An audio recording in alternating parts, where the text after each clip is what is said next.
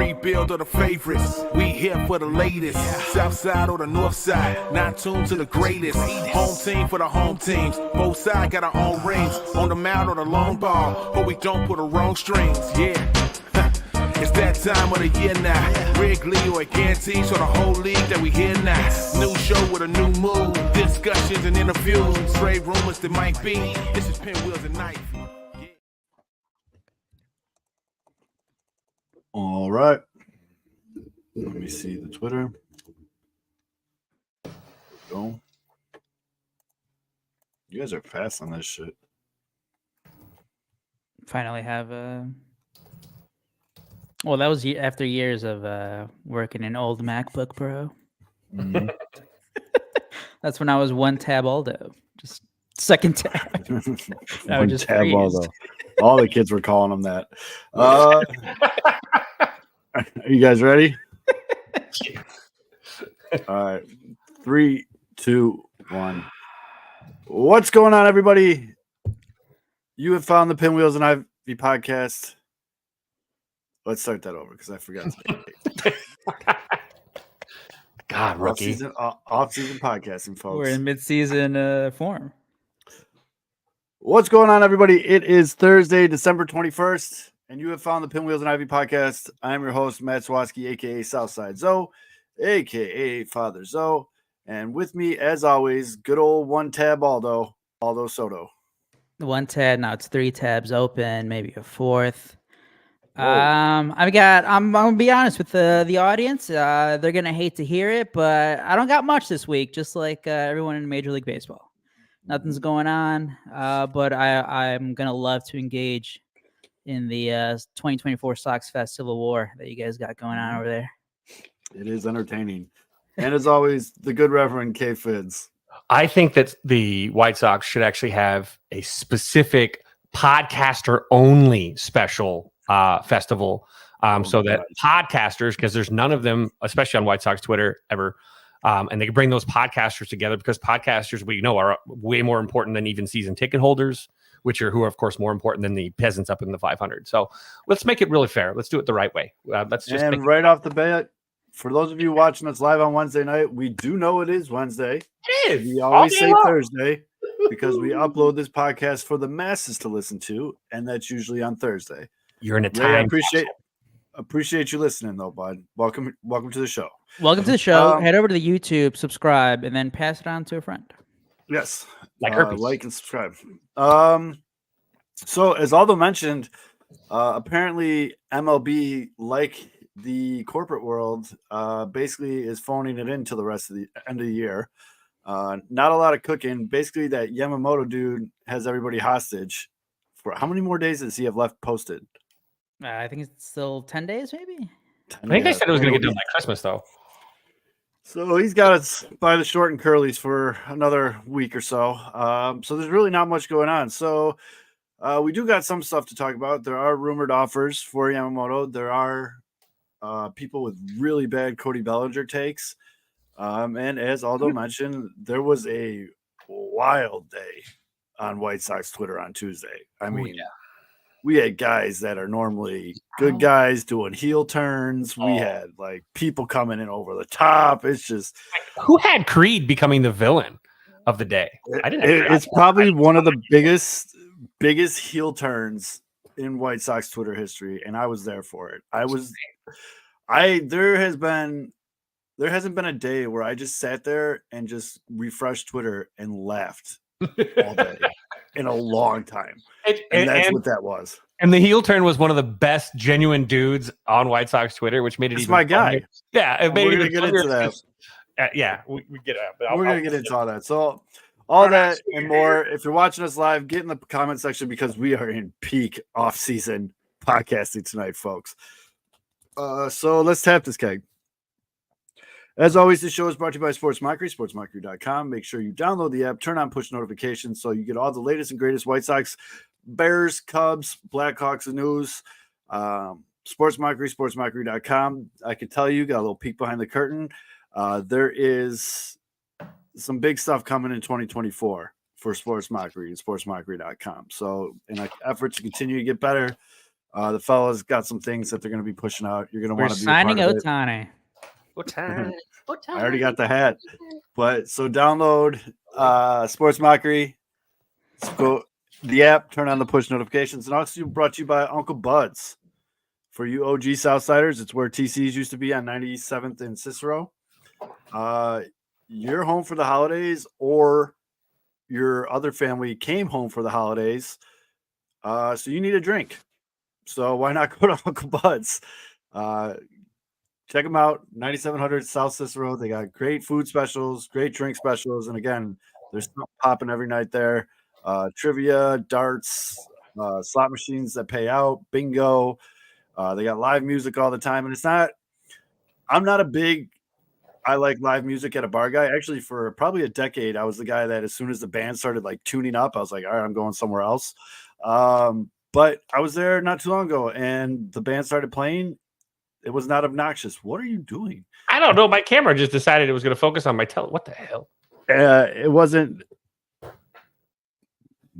If Barstool wants to, they can buy the show for a lot of money. But yeah, we did not get bought by Barstool, but we are brought to you by Uncle Bud's, where you can sit on a bar stool. It's true. And have some refreshing beverages and a delicious meal. Uncle Bud's, 9700 South Cicero in Oak Lawn. All right. Let's just start with the small stuff, because I have a feeling the Civil War is going to take pretty much the whole show. It makes the Avengers look like the news, though, that came out. It's like everyone is pounding the fact that the Yankees are the front runner for Yamamoto. Now, I was going to say Vag. If you're not familiar with this dude, Yamamoto, yes, Ray, throw in a good word. If you are not familiar with this cat and you're bored because there's really nothing going on, Google his highlights. This dude pops triple digits, has crazy motion on the ball, and he makes it look effortless. Like he's throwing BP. It's wild. He did really good in the World Baseball Classic. He's a commodity, and obviously he is a hot topic right now, as he is the best pitcher available in the free agent market. Now, the way that it works, for those that aren't familiar, when you play pro ball in Japan, you have to play for your contract, and then the team you play for has to agree to post you, basically giving you the ability to field offers and talk to Major League Baseball teams. But there is a small period to do it, which I kind of dig. I think MLB should kind of look into doing something like this, because it's like a shot clock for free. Do it for other players. Yeah, I'm all about it. Maybe we'll get some signings in December. Exactly. So I think it's a 30-day period, right? It's weird. It's for some players it's 30. I think for him it's 45. Okay, 45 days. So there's been a lot of stuff going on. I think he has until January 4th. 4th is the deadline. And so everyone's saying the Yankees are the front runners. Yankees are the front runners. Yankees are the front runners. If you have been following baseball free agency for like the last decade, you know that if someone is just continuously talked about as the front runners, they're probably not going to win. They're probably not the front runners, except for the Ohtani. Yeah, that was. So on, I believe it was Monday or Tuesday, it came out that the Dodgers they just blatantly were like, you know what, fuck it, we're going to throw 350 at this guy. 350 or 250? I think it was 350. Hold on. I'm seeing a headline right now that says Dodgers considering offer in the range of or between 250 million and 300 million. Okay, so 250 to 300. Still pretty solid chunk of change. Now there's a couple things going on here. He's Ohtani's homeboy. They play with each other. In Japan, they were on the same team. They were on the WBC team together. When he had his meeting with the Dodgers, apparently like Freddie Freeman, Mookie Betts, and Ohtani came into the room and discussed why he should be a Dodger. That's a pretty tough act to follow. So if the Yankees are going to land him, it's going to be because they can offer a significant amount more money. That's the only thing they would persuade him to basically play on the other coasts as his best friend, because they kind of put this on a tee. One of the reasons why Ohtani deferred the money like he did was so they can go out and make these kind of moves. Yep. I still, in my heart of hearts, think he's going to the Dodgers, but yeah. So I'm sitting there. No, we're leading off with this because I have a microphone and you will listen to every word I have to say, sir. That's that. And then more outbursts and choke you to death with my microphone. The other baseball news, though, that I did want to touch on is there's this horrible take going around that the reason Cody Bellinger hasn't been signed yet is because people are worried about his similarities to Eric Hosmer, when really the only similarities he has to Eric Hosmer is that they both have the same agent. They both are hitting free agency at the age of 28, and they both had similar OPSs. They both also have 2 legs. They have 2 legs, 2 arms. That's pretty much it. They play baseball, and they use a bat sometimes when they swing. Sometimes they don't need one. They just need a toothbrush. But I just wanted to point out how just horrendous that take was. It's totally terrible take. I was gonna say the only thing I'm gonna add to that is you guys can follow whoever you want on Twitter, but I do judge people who follow MLB executive, especially whatever if you the retweet count it is, or quote tweet it. Like no major league executive is comparing Cody Bellinger to Eric Hosmer. Not a single one. So that tells us that whoever's running that count is definitely not doesn't know ball. They just don't know ball. Yeah. They might be an MLB executive assistant, meaning that they schedule things on the calendar, but they are not an executive. So that's the baseball stuff. By the way, things are shaping up to me being right about Cody Bellinger signing until like spring training. Yeah. They're definitely holding out, and they should. Hey, I've always said, I know people hate Boris. Oh, I mean, he's doing exactly what his job really description is. Interviews. Hard when you're chasing the team. Get your star players star money. It helps the player. It helps every other player in the union. It's a good thing. Does it suck for his fans? Well, I mean, these guys are going to get signed eventually. It's fine. And I think, and we talked about it before we went on, I think 250 gets it done. I think 250 with a creative contract, maybe a little heavy at the front when he's a little bit more going to be more productive, more backloaded towards the back where it's maybe a movable contract or it's just a less of a hit for a guy that might be becoming a mentor figure as a first baseman. So again, you're not just paying Cody Bellinger if you're the Cubs to just be your center fielder and maybe a first baseman rotating around. You're paying this guy to be a mentor to one of the top prospects the Cubs have had the last 50 years. And that's a huge part of the deal with what he can do with Pete Crow-Armstrong, who is a very similar ball player, fast, great defensive player, a lot of potential in this league. But to learn how to be a pro from a guy that is an MVP, the guy that has won a World Series, a guy that has tasted the highest mountaintop and the lowest of the lows, he can really help guide a kid like Pete Crow-Armstrong through his highs and lows. And that's, that to me, you're paying for more than just performance. You're paying for more than the defense. You're paying for the clubhouse guy that Cody Bellinger, we know him to be, which is a perfect, that right there is worth $5 million a year, for God's sake. So I think 250 gets it done. I don't know if the Cubs will go up to 10 years. I think you get like a 7-year deal with some escalators that'll make the contract somewhere around 250 by the time it's all said and done. If the Cubs have balls and they want Cody Bellinger, they can throw that down and get it done immediately. But I still don't think the Cubs have the sack to do something as big as that. And, in this league, you've got to pay superstars to get superstars. You've got to pay more than everybody else in the league to get those superstars. I'm not entirely sold the Cubs are willing to do that. Now, I think the Blue Jays might, because the Blue Jays are feeling a little embarrassed from that plane ride. And I think the Giants still may, because the Giants also see some of the potential in a guy that can move around the outfield and can play, first base a little bit for you too, especially if they're going to lose at guys like Brandon Belt, right? So you've got options besides us. Just it kind of sucks because, I was told that the privilege of playing at Wrigley was more than enough to get a lower salary for some of these guys, because it's some sort of, they should be paying Cub fans to be playing for us. The word Ben Zobrist. Yeah. And that's another account that I definitely judge you on. If you quote tweet that Dom Cubs guy, we're not going to be talking baseball anytime soon. Kevin's quote tweeting him. All right. I think it's an insult. Now that we've wasted 15 minutes of people's time, we can get. We need to get to the White Sox 40-man roster. We need to break down these minor league signings. we're gonna break down Eric Fetty. This is his freshman year of high So, school. thoughts on Jimmy Lambert surviving the 40-man roster cuts right now? Knock if you buck, boy. Knock if you buck. All right. So here's what happened. Let me paint you all a picture for those of you that aren't as addicted to White Sox Twitter as some other people. Well, first and foremost, White Sox Twitter, also known as the cesspool, as the former GM referred to it, wasn't too far off.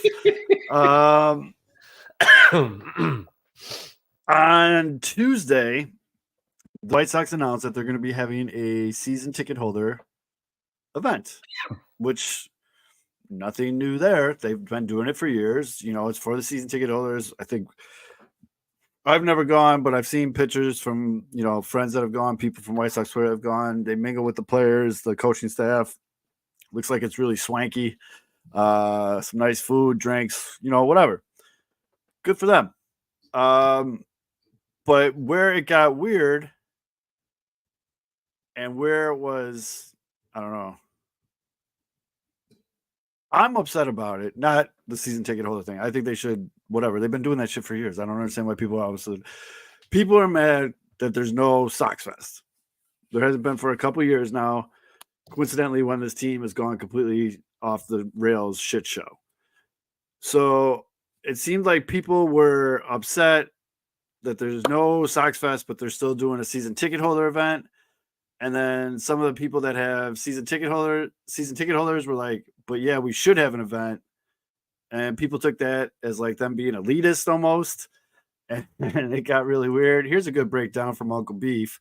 Season ticket holders are finally getting a benefit for their season ticketness, and that made everyone who has never attended SoxFest mad.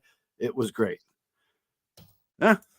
And he's right. Most of these people attending yelling about SoxFest never attended, but it was really funny to see how quickly it went from like an argument about your favorite baseball team doing something shitty to, well, basically like money and like who's a bigger fan. And the heel that we were referring to at the top of the broadcast is a good friend of mine. You know, I know you guys know him too, but I'm not going to say his government name, but me and My Sox Summer have been homies for a while now. He's a fucking hell of a guy. DB Cooper, is his name, if you didn't know. DB Cooper. Hijacked a plane once. Usually a really easygoing, kind of just, you know, fuck it, goes with it type shit. Complete heel turn was just like fighting people off, like fuck you. There should be a season ticket holder event, like all this stuff. And the reason why I was laughing throughout the whole thing is I knew what MSS was trying to say the entire time, but for some reason he couldn't get it out the way he wanted it to. And it came off as, you don't do shit. I do more for this team than you do. I spend more money on this team than you do. Therefore, I should have this, and I don't care that you don't. And that's where the whole like elitist versus whatever thing, and it went back and forth, back and forth, back and forth. And then finally, towards like the end of the night, he summarized it and said what I pretty much thought he was trying to say the whole time was, it sucks that there's no SoxFest, but as a season ticket holder, he is pretty financially connected to the team, but the season ticket holders should have an event. They should have perks. I just thought it was a bit much. I thought it was a bit much that he called everybody peasants. That was uncalled for. I wish he would have. He waved a white handkerchief at them. I wish he would have. At that point, I was like, yeah. Collars. It was really strange that he chose to call them peasants and said that. And that's another thing in the comments. My Sox Summer loves SoxFest. I know he does. I've been to SoxFest with him. That's his alone. That's a Super Bowl, dude. Fucking memorabilia. You get to taste new beers, see the new food, meet the players, get autographs on shit that you could flip on eBay. Like, part in an elevator and pretend it's someone else. It's great. Yes. But so he has every bit of reason to be mad about it as everybody else. And it turned into this whole thing, dude. It was wild, though. The way people were just turning on people and taking sides and shit. I was fucking dying laughing the entire time. the entire time. I've even said on this show before that I don't think the White Sox do enough for their season ticket holders. I am not one. I was one for one season like 10 years ago. Didn't renew after that. Well, there was a lot of other outside factors that came into that, but they should do more. Like a lot of teams have a specific entrance for season ticket holders so they don't have to wait in line. And the way things go now on the South Side, that would be a huge perk. And they also, I know they already get all the giveaways, but they send them like a package at the end of the year with everything in there. But if you didn't have to wait in line, that's a huge perk for season ticket holders. Just little shit like that. They don't get a lot for being season ticket holders. And season tickets are not cheap, folks. They are not. Like you are, unless you're like an expert or you're really putting in the effort to like flip your tickets to make your money back, like that's a fucking investment. And I'm actually a little nervous. You make me nervous with that too, because I actually am really considering investing in some Las Vegas Athletics season tickets. Well, they actually care about their teams and the product they're putting out there. Do the A's care? Do they? Do the A's? Does the A's? Sure about that? I'm gonna take that. Hey, when you said Las Vegas Athletics, I didn't even put that together. I thought you meant just like they're like just athletic people. Yeah, just athletic people. The athletic people of Las Vegas. All the athletic people around town. Those guys with the abs. Fuck them. By the way, they're going to hit butts. That's pretty much it in a nutshell. My thing is, I go to SoxFest. I've been fortunate enough to get credentials, media credentials, for reasons I still don't know, for the last couple SoxFest. And I was able to talk to players on camera, meet people, whatever. But even before that, I got pictures back from when I was probably 8 years old or whatever, being at SoxFest. I have some fantastic memories at SoxFest over the years with my dad, with my aunts and uncles and cousins and stuff like that. But it's upsetting to me that it's not there, because this is something that I very much want to pass down to my son, is that experience that you get a hotel room. And when you're a little kid, like that's a big deal. And like, there's a chance. I remember there's a couple things. I was a massive Robin Ventura fan when I was a kid. Player, not the manager. Still hate that tarnishes legacy. But the player, Robin Ventura, huge fan. The line to get his autograph was crazy long that year. And my dad was like, hey, man, I'm sorry, we're not doing this. And I was bummed out. I got it, but I was really upset. Later that day, we went and got dinner or whatever and hung out. And then we get in the elevator to go back up in our room. Guess who's in the fucking elevator? Robin Ventura and his wife. Couldn't have been a nicer guy. I was completely starstruck. My dad's like elbowing me, like, talk to him. And then I finally said, hi, Mr. Ventura. And he signed my hat right there. Now that's a fucking cool story, man. And that's like why I've been a Robin Ventura fan my entire fuck Carlton Fisk. Why I've been a Robin Ventura fan my whole life. Again, player, not manager. But stuff like that, man. I could sit here and probably fill an hour with stories from SoxFest over the years, because it was 20 years of going to SoxFest, basically. It's very disappointing, man. It's not even the part where I'm mad anymore. It's just extremely disappointing. The Cubs even have a fucking fan fest. And we do have a story that goes along with that too, by the way, as a nice little segue, because they do have one, but guess who's not going to be there this year? Well, and the normal executive, the owners are like, nope, which plays with this too. So you've got SoxFest not happening. You got Cubs Convention to be still. I don't call it Cubs Con for God's sakes. But you have two franchises in town. One doesn't want to do anything, and the other one just wants to do just enough to, like, you're going to make money for them. Like, it's a money grab because they're not going to answer many questions, because although the 84, is it an 84 panel that Cubs have this year? Is there a 1984 panel? Maybe. That'd be nice. Yeah. Scott Sanderson, maybe. Maybe get some Steve Trout on there. So I was looking back right now on the last SoxFest. I did forget that. I remember that you were at the 2019 one, but you were also at the 2021. We got here interviews with Nick Madrigal, Andrew Vaughn, Dylan Cease. These were great times. It was awesome, dude. And it was brutal, man. And again, even when I was in like my early 20s, I'd go to SoxFest. I'm gonna turn this into like Zoe's SoxFest, fucking remember the time fest. But I was sitting in the lobby of the hotel. We got after it pretty good, and I was the last man standing. And in typical super classy Southside fashion, I'm sitting in the lobby with like a 24 case of beer with like 7 beers left in it next to me in the lobby of this nice hotel, and I'm just kind of zooming out, whatever. And who walked in? Fucking John Danks, baby. Hey. With a big old with a big old lip in. Hey man, you might have one of them beers? Here, buddy. Why don't you go ahead and sit down? Let's have some beers. Finished off the case. Couldn't have been a nicer guy. I think we talked about baseball for a minute. Everything else was about college football. 1 year after, go ahead.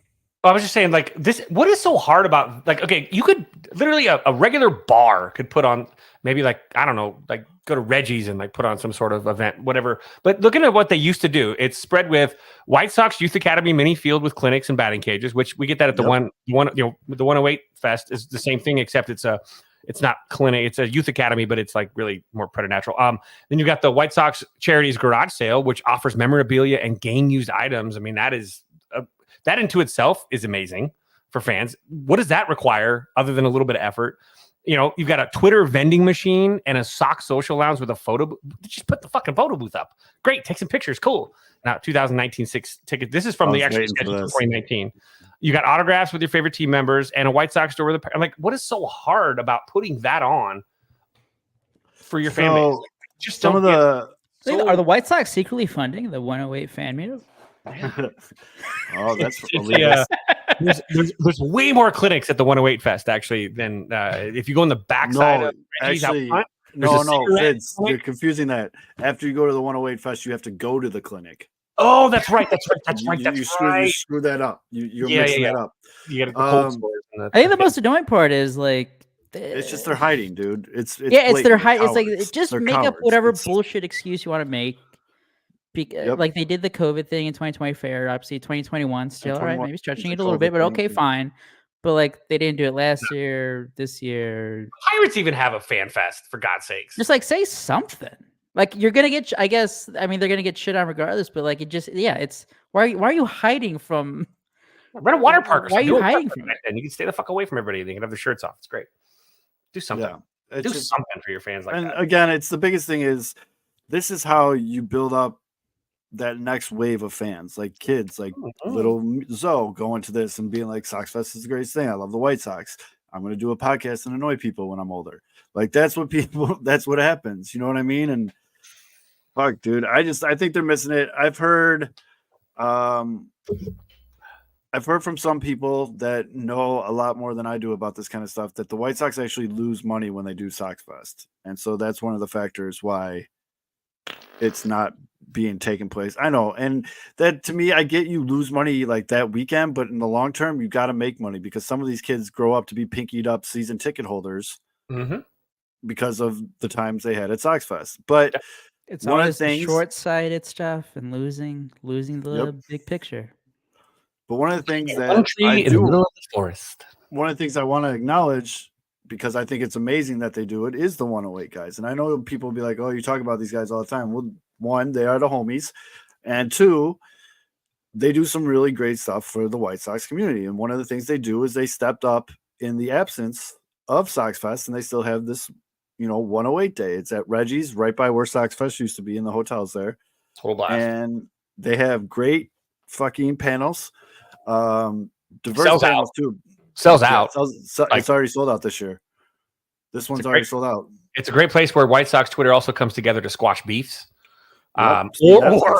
or try and fight each other. And I think someone tried to spit on someone last year too. It happens, but it's also a place to squash beefs. You're gonna have to tell me that story offline because I did not know that. Or online. What do you I'm actually banned this year. I'm not allowed to go. Apparently, someone told me I was banned. It was my mom. But it's a great thing. They step up. They have the panels. They come from all walks of life. You got bloggers, podcasters, radio personalities, media personalities that are normally very buttoned up, get to let their hair down a little bit because, no one's recording it and shit. And it makes for some great, it's just a great time. Drama. Oh, Missy, you lied to Alex. But yeah, no, I really appreciate that. And I'm fortunate enough to be able to go again this year, and I get to meet a lot of you in the comments, a lot of you that are listening in person. I think that's awesome too, because Name tag with after screen names. yeah, fuck, please have a name tag on, because I feel like such a dickhead. People are like, "What's up, so?" And I'm like, Hey, "What's up, dude? Yo, big dog." I put that meme up. Yo, big dog. Like, I don't. First of all, I'm terrible with names to begin with, but it's weird. I'm not going to call you by your Twitter handle to your face. Have you ever done that like out loud to somebody? It's just a weird feeling to be like, "What's up, Super Chief 42?" Like, it's like, yeah. who was it last year? Oh fuck, What's up, who was it Steve? last year? 26, 48, 74. Yeah. Who was it that had the Roy Hobbs jacket? God, who was it? I'm trying to remember now. I do not recall. One of the highlights of my nights before everything turned to darkness and a McDonald's at 4 in the morning. Oh God, Uber Eats to my hotel at 4 in the morning. Yeah, that's why you guys need the username on the name tags. You know, I was going to go to the Bears game that Sunday too, and then they announced Justin Fields wasn't playing, and I'm like, I might actually just lay in this hotel room for the next like 6 hours and watch that bad game. I actually didn't leave the hotel till the afternoon when I had that dinner. But that was one of the. So what's the last thing you remember from the 2020 SoxFest? Ooh. I remember you were interviewing. entire, You had those interviews I mentioned with yeah, Dicey's, I did the interviews, Vaughn. and that was actually the year that You got the microphones and stuff, remember? Yep. Yeah. And they came out with the Goose Island White Sox beer that year. Mm-hmm. And so they had like a taste test of that. And that's where I ran into I saw and like purposely ran into My Sox Summer, and also the Sox in the Basement guys were there. My Sox Summer was giving everyone with a Pulse 108 koozies. Like, it was pretty funny. I thought he was shooing everyone away who wasn't a season ticket holder. Well, some years this baby. Yeah, which and mine stands up without even having to stand it up. It's just I've been using it for cleaning. They should have had that for Game 4 of the ALDS against the. Definitely one of the things I remember that year was thinking it was a really short walk from the the event room to Reggie's. Was not a short walk. Very fucking cold that night too. But I did meet a lot of people that year, especially out of other years, that I still talk to this day, and a lot of people that I respect their work. And that's one of the big things for me with 108 Days. Seeing everyone's great and telling people thank you for supporting us, but also being able to see other people that write about the White Sox, talk about the White Sox, just even tweet about the White Sox and be like, "Hey man, your shit makes me laugh. I appreciate it." Or like, "Hey, I like listening to your show." Just shit like that. It's important to me to be able to do that for people, because obviously I, for the last decade, have put a lot of work into this type of shit, directly or indirectly. And it's important for me to acknowledge people, especially face to face, that I appreciate what they do for this type of shit, because it's, contrary to what my uncles and family are going to tell me this Christmas, this shit isn't easy. You don't just turn it on and go, "Okay, let's talk." I mean, me and you two and Mitch, we talk every fucking day, like nonstop. And if there's something that happens in the world of sports, I know about it within the first 15 minutes, I will say. And if you try to tell someone else in the group that, they say, "We already did you not read the share?" Aldo already shared it. Yep. Shit. We hand out a lot of tardy slips in the chat. Yep. There's a lot of tardy slips in the chat. You know what's fun too? Last year I got to pretend to be Senior Sox for like a whole hour. That was pretty. Everyone they thought I was Senior Sox, and then I told them that my sperm's not nearly as fertile. And Fizz, I'm not making light of it, because I thought it was awesome that you actually got to meet all these guys in person and you guys got to talk out whatever you needed to talk out. But there is nothing that will prove more the theory that people with Twitter fingers versus in person are two different people. So short. Everyone's so short. 108 Day is the most living, breathing proof of that, because I've seen people that have told each other they want to kill each other on Twitter, like cheers and beers and drinking at 108 Day. Like, it's like, okay, it's pretty funny, man. But it's a real festiveness. You're actually able to sit there and actually look someone in the eye, because people beef on, like, I will say this, because last year the shit that was going on, people beef on Twitter, right? You put everybody. Definitely. I did have a little bit of, I was a little darker though. I was a little tanner. I've been golfing a little bit. But it's an opportunity for everybody to get in there, and, like, again, people are very different when you're standing 5 feet from them. And you can also give someone more of yourself in that proximity as well. Like, in the sense that, like, if I wanted, the people that we were, that was going on last year or whatever, and when we went to, I surprised you. It was really great and it was fun, but I wanted to see these people and say hello and squash whatever the shit it was. Cause it's just, there's bigger picture shit in the world. And when you get in there and you do get to be in someone's, like, geographic proximity, all of a sudden you're able to, it's easier than the Twitter characters, and people can catch your sarcasm because you're speaking, and you can look someone in the eye, you can shake their hand and say, I'm over it, Yeah. And that's mannerisms. part of it that people don't get, is it becomes like a forgiveness fest, because everyone's going to beef and argue with each other at some point or whatever. And, like this year, Missy can finally, tell Alex face to face that no, I can't think of anything because they were just on that broadcast last Friday. But it's a great opportunity for everybody to get in there. Beef, Kevin.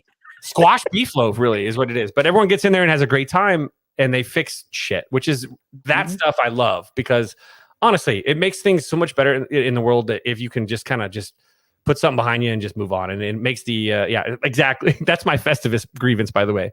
People that tell me to stay out of White Sox business. No, just kidding. It's a good stuff. And that being said, is people can really if people do have beef for this year's 108 day, take it out to the alley. I was gonna say, who got tickets for that? We need to get some stories this offseason. It's been boring as hell.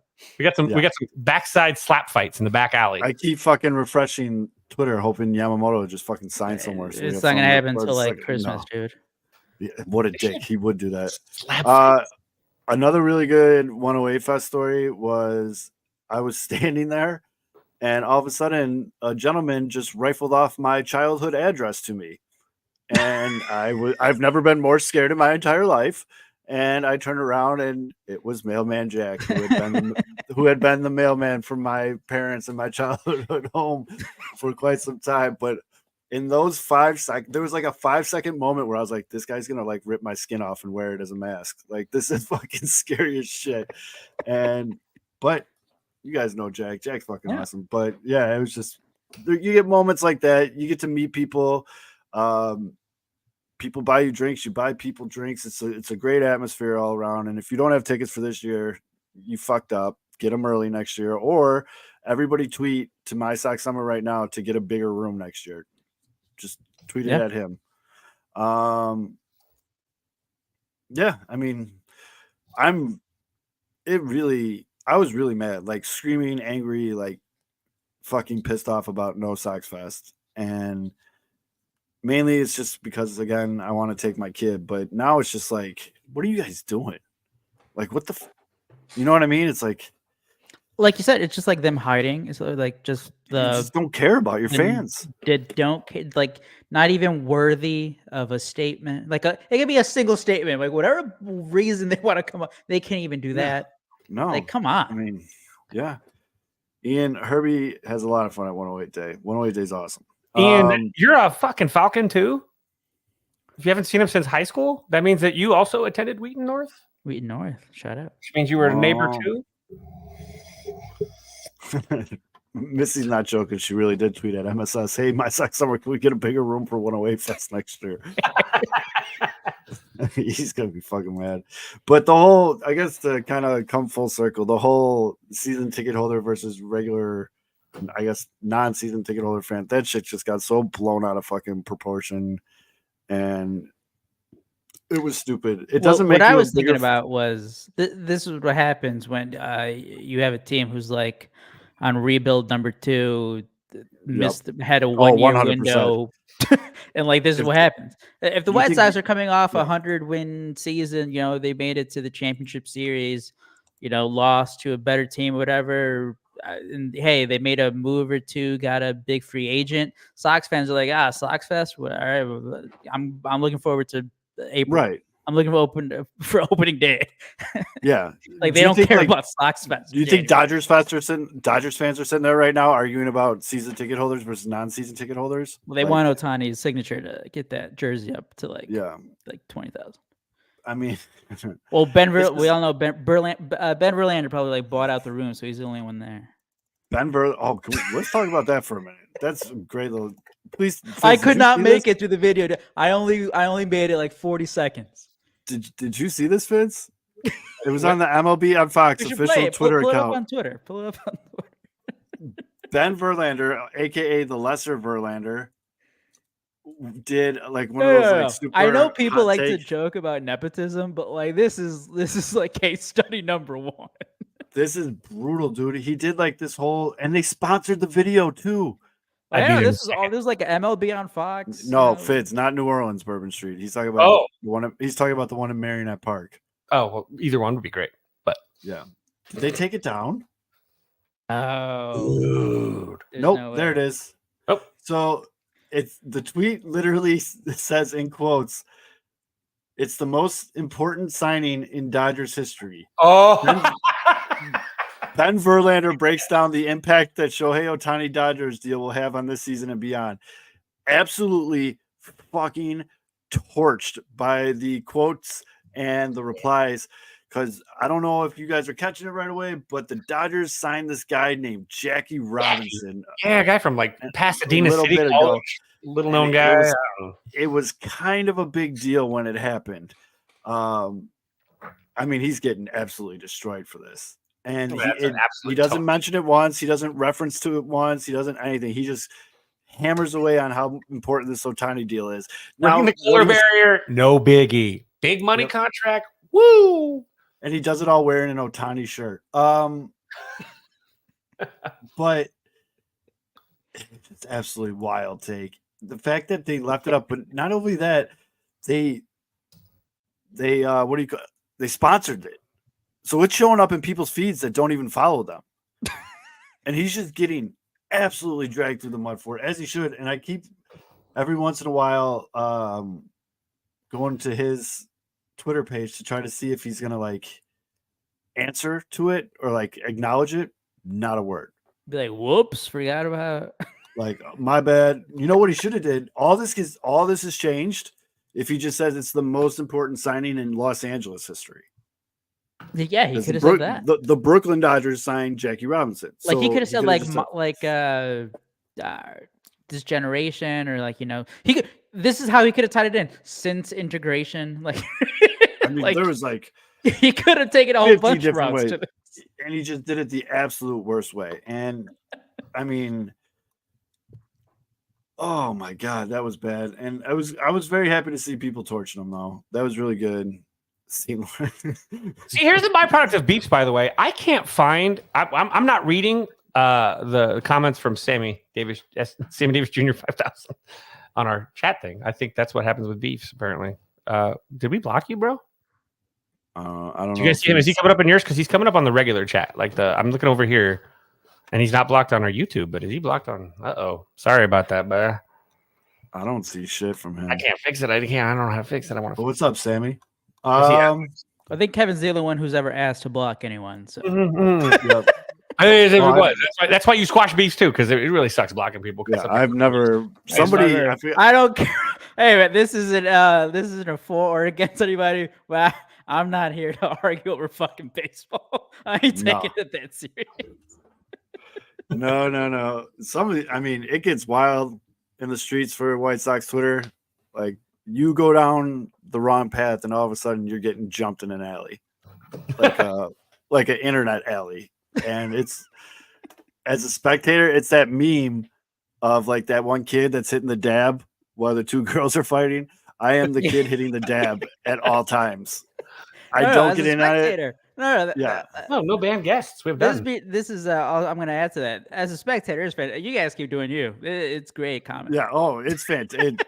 It gets me through work days sometimes. Like, and I've been like, people have tried to drag me in it. I'm just, no, I'll just like, I make a statement and back out. I do appreciate guys like the homie Beef that'll definitely put gasoline on a fire. He's sitting there tweeting out 108 polls and shit, like who's the most elitist asshole, and everyone's voting MSS and all this shit. Like it started to die down a little bit, and he threw some tweet out there, and I was just like, yeah, thank you. And it lit right back up. It was great. Yeah, I mean, it's usually all in good fun, and like it all ends well that ends well, whatever. But it's definitely fucking entertaining the shit that people fight about when you have a really shitty fucking team. This is what happens when there's like 2 moves in 3 weeks in baseball. Yeah, and the White Sox, their big like move that they're anticipating is Whit Merrifield. So yeah, well, you got to wait until this market picks up. Yep. That's the other thing, though. I'm pissed off about the Yamamoto stuff. Like, homie, just pick who you want to pay you $300 million, and let's move on. So the White Sox can fucking trade Dylan Cease. Because well, he had to wait. Actually, I don't mind it because he was smart. He got all the great, like, you know, the best steak dinners that he got for like the past week and a half, probably 2 with some teams, because they've been going back with the second meetings. I'm all for it. This is what guys who are star free agents get. Like, they get the college coaching treatment, the recruiting. This is part of the star life, baby. I love it. Yeah. I mean, it's annoying as hell as a fan who wants to see their team do something. And but Fitz brought I'm not going to knock a player for taking the time. Fitz brought it up a lot especially during the Harper Machado fucking offseason. Why not, dude? Like, go out, get treated like a fucking celebrity in Los Angeles. Go to the high-end restaurants in New York. Like, just work it, dude. And then at the end of it, the real kicker here is you get to pick who gets to pay you $300 million to throw a ball. Like, that's amazing. And good point, Alex. Very good point. He also has never been to America. So, yeah, there's no better way to see it. But watch out for San Francisco. Look out for San Francisco. Sorry. That shit's been cracking me up all week, too, is the San Francisco stuff. Like, the players that want to play in San Francisco, and then you got, like, the players that played in San Francisco trying to say the same thing. But that was an excuse to being like, it's like you're actually less safe playing in Arlington, Texas than you are playing in San Francisco. But let's play with the Yamamoto stuff. I tweeted out early in the week. The Cubs and Ohtani, obviously, he never even entertained the Cubs. I think Montgomery just didn't goes ever back give to him a Texas. meeting. Yamamoto, it seems the same way. If you look at the teams that have gotten meetings, it's just the coast teams. Mm-hmm. Either it's the Dodgers, obviously the Giants. On the East Coast, both New York teams, Toronto, the Phillies are in there too, and then just nobody else in the middle of the country. So these guys, and I think Yamamoto, they've been saying like he very much wants to be the guy. He's like, I am going to either be the ace of the Yankees, the #1 brand in baseball in the world, or like LA Dodgers team up with the homeboy and rock. He's the ace in LA. He's not the ace in New York. He's not the ace in New York. If he gets that's Cole's team. Money. That's Cole's team, dude. He's the reigning Cy Young winner. He's been the #1 for days. Well, okay, not the ace, but like he wants the star attention. Like, because everyone was bitching and crying about, Ohtani plays out in the West Coast. We don't get to see his games. Everyone's going to see Yamamoto in New York. That's true. I mean, that's true. But again, if a big thing for him is, well, I mean, he's not going to be the biggest star with the Dodgers. He'll be the best pitcher, but he's not the biggest star. I thought. Well, now we're moving the goalposts. I thought you meant like he just wants to be the ace of the staff. Like he wants in LA, he's the ace of the staff. Is what they've been saying. Like that's why it's like Yankees, Mets, Dodgers, Giant. Like he. You know how you make yourself the center of attention? You win game 1 and 5 in the World Series and get World Series MVP as a fucking lockdown starter. That's how you become known. Dude, he's so good. He's so fucking. That's how you get known. So New York. You get wins 1-5, then you close game 7. Yeah, there you go. There was there was no good arguing going on Twitter for me to get through my workday, so I started just watching Yamamoto highlights. Oh. No, he's like you said. He's so good. You can either look at the highlights on YouTube, read through his Wikipedia. He's won 3 straight, like of their MVP Cy Youngs, in Japan. It's not like, oh, this guy's been good. Like, oh, this guy's been like great. He's been a great pitcher. No. He's been like the best pitcher that Japan has like ever seen. Yes. Besides Eric Fetty. Besides that, well, that's KBO. Korea. Yeah, excuse me. Yeah. But KBO legend. yeah, it's KBO absolutely wild. And the fact that he does it is just so And the effortless. other, pregame like, show what wasn't makes on him today, what makes was it? him such a special free agent is because of his age. These other guys, like, they'll come out, they're 28, 29, 30. He's still 25. That's why it's like, oh, he might get 10 years. And we all know, even pitchers here who are aces, they don't get 10-year contracts. They get, 7, 8-year mega deals. But this guy's young enough where, like, you can take that risk for the I got teams a that question are. for you guys, because I've seen this name floated around to the point where even Garrett Cole said that him and this guy don't have beef anymore. But remember when we were all laughing about how Trevor Bauer got sent down when he was pitching over there? Oh, in Japan? Uh-huh. Yeah. Didn't he Apparently shoot that never happened. And he had like an insane like last 8 games over there. To the point where Garrett Cole said in an interview, like, hey, me and Trevor squashed our beef a couple years ago because remember they played on the same UCLA team and they fucking hated each other. And Well, he's it like, was when Garrett Cole was Houston and Trevor Bauer was like, Yep. you guys are cheating. Yep. And then he started to cheat. Yeah. I mean, yeah, to prove his point. Like, Yeah, if these guys are gonna cheat, I'm straight up telling you right now. I'm gonna cheat. Yeah. But a lot of people Ruin think Lucas that, Giolito's career. a lot of people think that he's gonna get picked up by a major league team, especially now that everything was dropped. Whatever, he won all his cases and everything like that because that the accuser fucked up and she tried to like sue him for something, and because she did that, they had the right to her phone and they found all this shit about her planning. I don't know. I'm not getting into all that, but basically He's a dick, but whatever. yeah, Garrett Cole just straight up was just like, yeah, I wouldn't mind if the Yankees signed him. Of course, Garrett That Cole actually, that's a move that like that's a move the Yankees would make. It's a move that the Yankees would make. I can see Everyone it. fucking hates them too. Everyone already hates the Yankees, so throwing Bauer in there, what the hell does that change anything? Nothing. You're still the Yankees. Everyone fucking hates you except the Yankee fans. Yeah. I mean, he Wrong. has. You guys are fucking killing me in these comments tonight. Keep going, please. We're still trying to figure out where Missy was on January 6, 2021. I thought I saw her kicking over a gate on the East Coast. Ooh, dude. I thought she drank the Borgs. Should have drank the Borgs.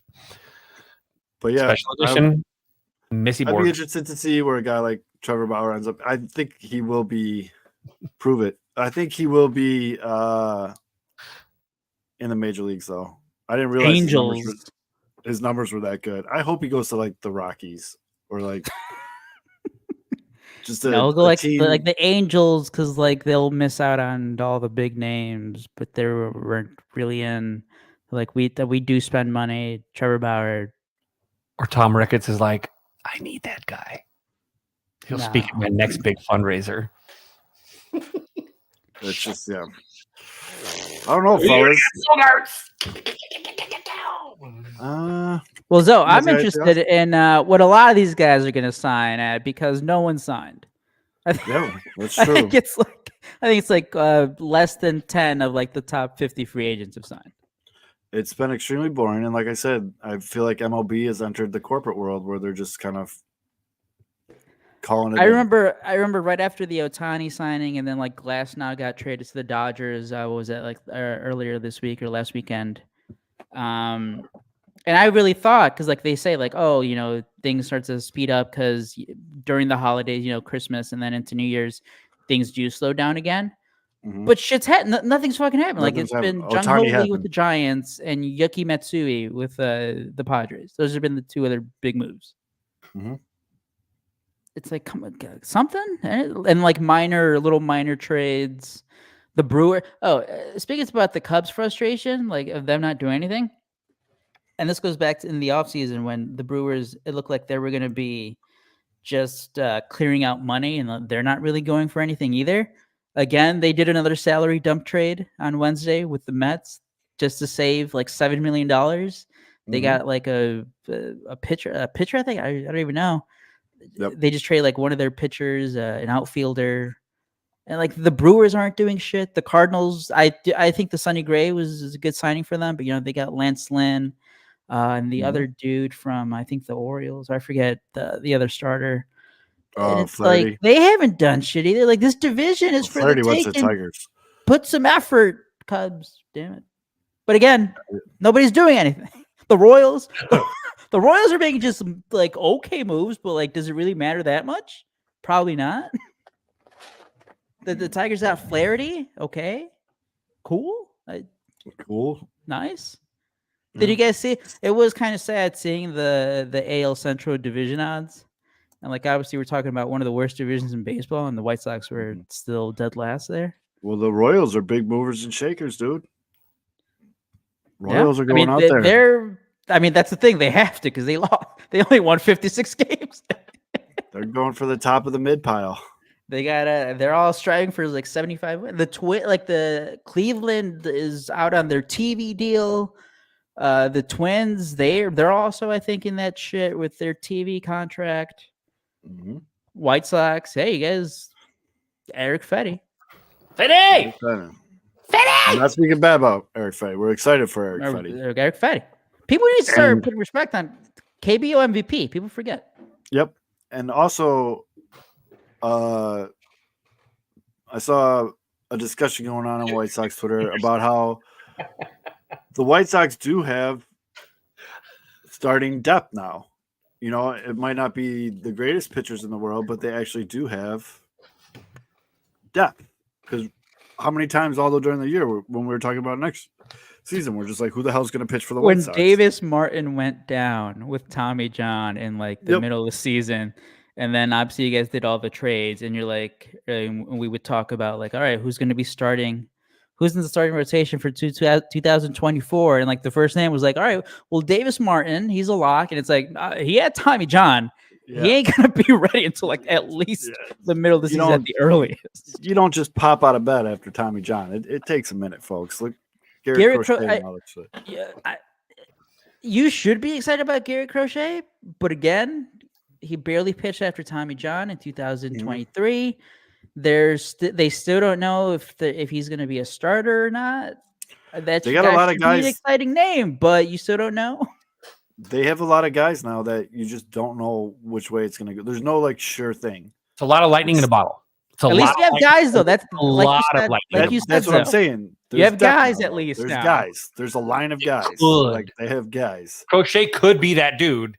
If it hits, that's the thing. He can also not be that dude. But they got like 4 could be guys. Like you don't know which cease you're gonna get. You don't know what Michael Kopech is. Garrett Crochet could be that guy. You don't know how Davis Martin's coming back from Tommy John. Who's the guy they just got from Atlanta that needs a bounce back here? Soroka. You don't know what he's going to be. Tukey is a fucking mystery. Tukey. I mean, these guys. But the thing is, we could easily see a Milwaukee Brewers type thing where they all just have great years. Remember when the Brewers, everyone was like, their pitching sucks, and then all of their starters just. Well, I mean, the Brewers have been doing that for like 6 straight years. True. Well, now Council's out. No, the Brewers had Corbin Burns, Brandon Woodruff. I would go that far.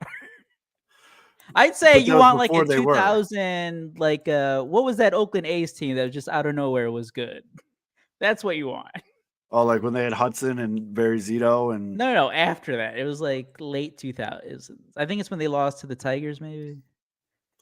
No, this was like literally. I was watching a video on it. I forget I think it was Foolish Baseball. It was literally not luckiest, but it was like the most random winning team in recent baseball history. I forget what year the A's. Can you fix these comments because I am very confused? Who the fuck is John? Oh, I have no idea what's going on. That's all. Kevin's the one. We're not using government names. But John is the most common name besides Muhammad in the world, so we're going to say that. Perhaps it's someone that is from the future.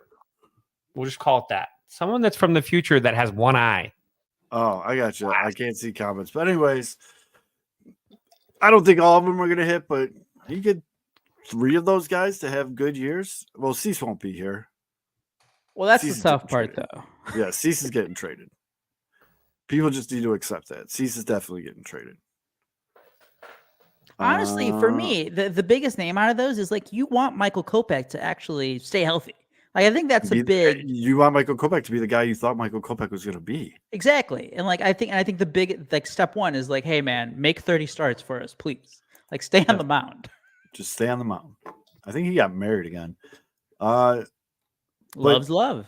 Respect it. Respect it. Is Garrett Crochet a start this year? Well, no, I think. Well, that's the thing. I don't think right away. I think they are hoping. That's still the hope. But like he hasn't pitched a lot of innings. He's been a reliever, and then he's been hurt. He just doesn't have. He doesn't have that stamina built up. I don't think. Maybe in the second half. Well, what I'm saying ramp him up. Is this one of those things where they tell him now or a month ago, like, hey, the goal is for you to be a starter this year. You need to train this offseason to be a starter. I do think after the end of the season, or maybe this was the first comment in like 20 that I actually understand what it means. There you go. Shout out. Yeah. Wife for the gift. Because they gave me $500 million. I deferred it. So when I die. I think they did say it came out that they do have in mind they want to use Garrett Crochet at least to begin the season, like as a multi-inning guy, like out of the bullpen, maybe pitches 2 innings one day, a couple of days off, pitches 2 more, something like that. I guess on that logic, though, they do want to ramp him up. But that's what you get too when you have a room full of guys. Is it's more of an opener type scenario a lot of the days. Like you throw Tuki out there to go 3 innings, I also think after they do trade season, because I'm with you, Zoe. I think after Yamamoto signs, we're finally gonna have the floodgates open up here. You would think, right? Cease gets traded. Maybe there's a possibility that they assign like another veteran guy, like on a 1-year deal, and then you get even more depth. You get guys, and then you also got guys from the trades of last season. Some of these kids in the farm system that you could bring up. I mean, by all means, the team's going to be fucking cheeks. Like, let's not get that crossed, everybody. We're trying to be a little bit more. We're trying to be a little bit optimistic, but like we're talking about like Yokozuna cheeks. Like these are big booty cheeks. This team's going to be this year. Like the clapping, then he's like, this is like Yokozuna after he was sent to food rehab and like gained weight. The fat camp. Yeah, fat camp. That was Ben Stiller from Heavyweights. Great story. Him and Vader would sneak off and like would go get like KFC. Oh, I got such back me. Oh, yeah. I mean, that was Kane. No, not Kane. No, Kane was Vader. There was King Kong Bundy. Who are the sweatiest motherfuckers? No, like, who's that? Who's the big booger guy? Smells like Dio from like even in the cage. There was the natural disasters, earthquake and typhoon. There was isn't one of their kids like a professional athlete? Whatever. I'm going down a really weird path. I don't know enough about wrestling. Vader just basically wore like what was that? I mean, that mask was like a gimp's mask, basically that Vader wore back in the day. Vader was on Boy Meets World, so Vader's all right by me.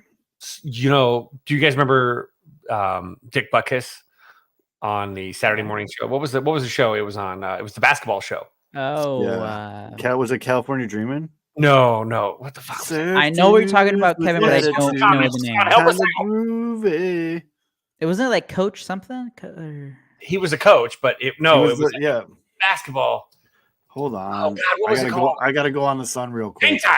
Hang time. Yep. What a show! Yeah, because it was the girl was on the boys' varsity basketball team, and Butkus was the coach. Fucking woke show. Let's not sleep on California Dreaming. California Dream was a solid Saturday show because they had the fake band and kind of groove it. Yeah, that show was awesome. Hey, we're gonna do this because Mitch isn't here and he didn't watch it. But who was your favorite Saved by the Bell character? I would say character and why. I know you watched a little bit, right?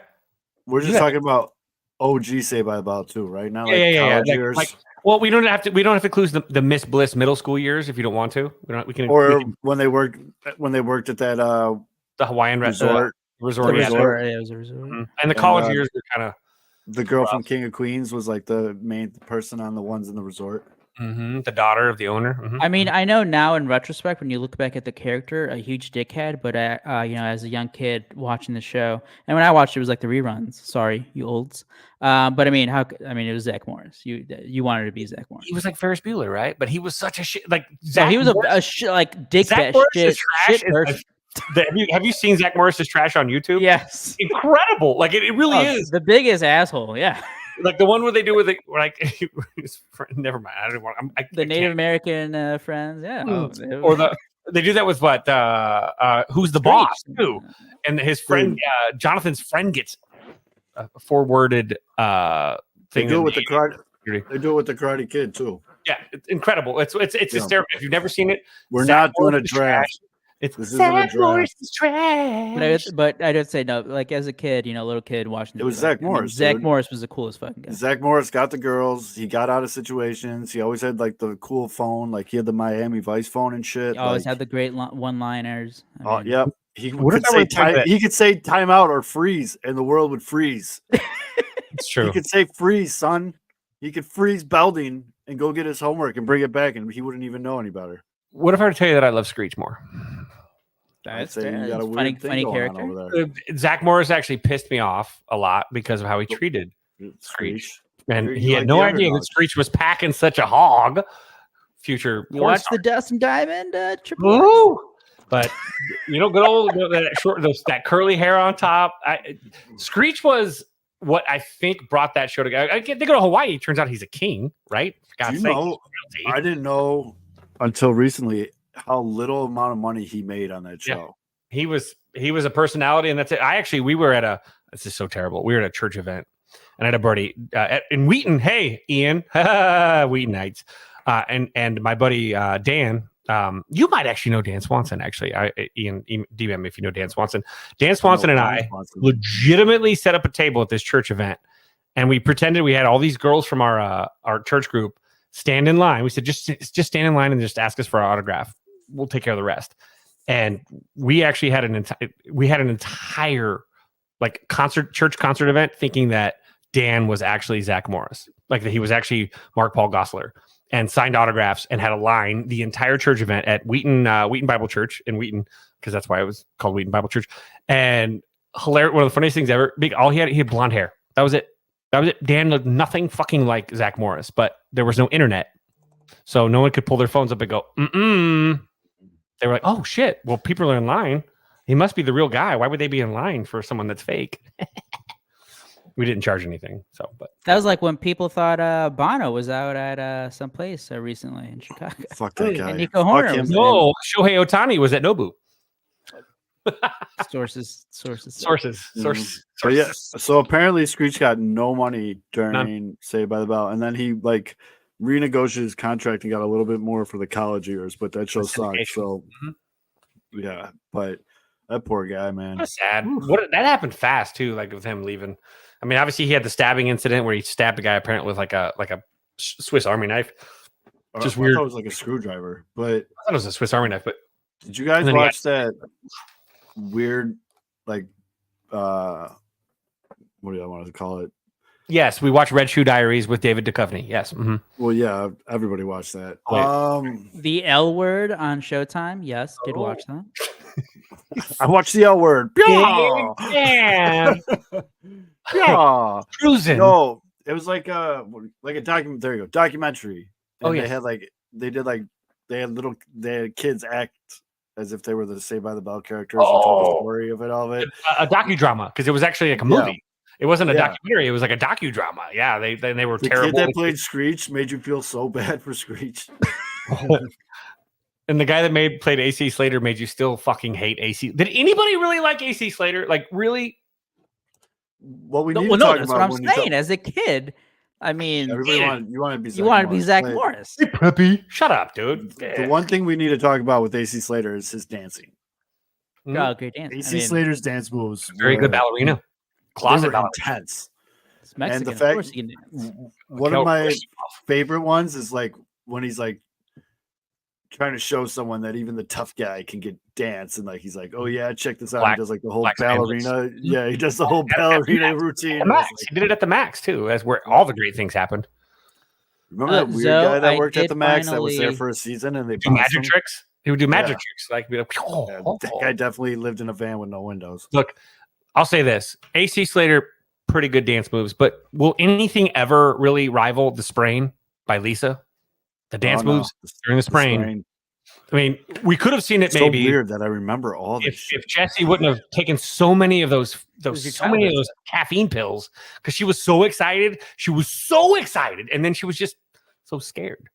New topic: Bulls 7-3 without Zach LaVine just smoked the Lakers. Is LaVine the problem? Yeah. Yeah. I mean, that's a. This is what happens in the NBA when you are forced to supermax your good but not great player. This is what happens because now the Bulls are going to try to trade Zach LaVine, and they're not going to get anything for him. Nope, because that contract is so bad. And my hobby, Kobe White, Tar Heel, represent. I'm so happy that finally the Bulls look to be developing one of their lottery picks. Yeah, because it's been a while, man. Balling out though for Tar Heels, holding it down. I did want to bring up because you guys brought it up. I think it was Yuzo who brought it up. Maybe I think a month ago. But I finally watched the Twin Flame documentary on Netflix. Do you want to talk about it? Do you want to talk about it? Might as well.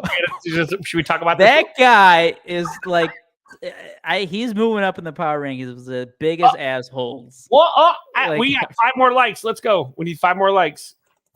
Missy's gonna reveal why she hates the futuristic Sammy Davis. What? Oh God, dang! So at first I thought the guy was like, just a little crazy, and he like thought that whatever he was doing, like I thought he was like he believed in it, but like obviously as you keep watching the episodes, you realize he's just like the biggest fucking con man, just manipulating these people for money. The way he would talk to people. Oh my God. I was punching my TV. I hated this dude so much. Mm-hmm.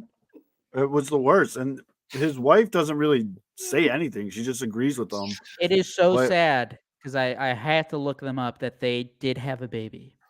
Oh, they did. I know they lost the one, and the way they handled that was creepy as shit. Yes. But it was just so sad when I looked them up. I'm like, because like obviously you like people there since it's still going. Like you have to imagine, like their social media pages are getting bombarded. Oh, but like they've been, they guy. went private and limiting comments. But I did see that the wife, or like they had a child. You just reminded me about there's that comedian on TikTok that said he was going to like legit join and document everything on TikTok. Oh yeah, and ruin like their whole. Yeah, I forgot. Fuck, I gotta find that guy and watch that shit because I'm very curious. But the way he would talk, the way they pray. On these super gullible, desperate it's like vulnerable people. Oh, not enough attention is that military lady who gave him more credibility because she was like coming from, I forget which branch. Yep. Like fuck her too. Like because she was like directing them to go to these like those like meetings with people who are in like recovering from like trauma and stuff. Like, bro, they would. Are you kidding me? They would just call people like, "Hey, yeah, you're the dude in this relationship now. Cut all your hair off." Oh yeah, no, that part at the end, we're like, I think they had like at least six people that they convinced to like go through the surgeries. It's like you fucking assholes. No, that was one of the more maddening documentaries that I've watched recently. Mm-hmm. Oh, I'm still stuck on this exchange in the chat. Yeah. I'll leave that to you because I have no fucking clue what's going on. Oh God, that was funny. I posted it. Missy said if we get to 10 likes, she'll reveal why she hates Sammy Davis. And then Senior Sox told us why she hates. Answered it because he's black. Yeah.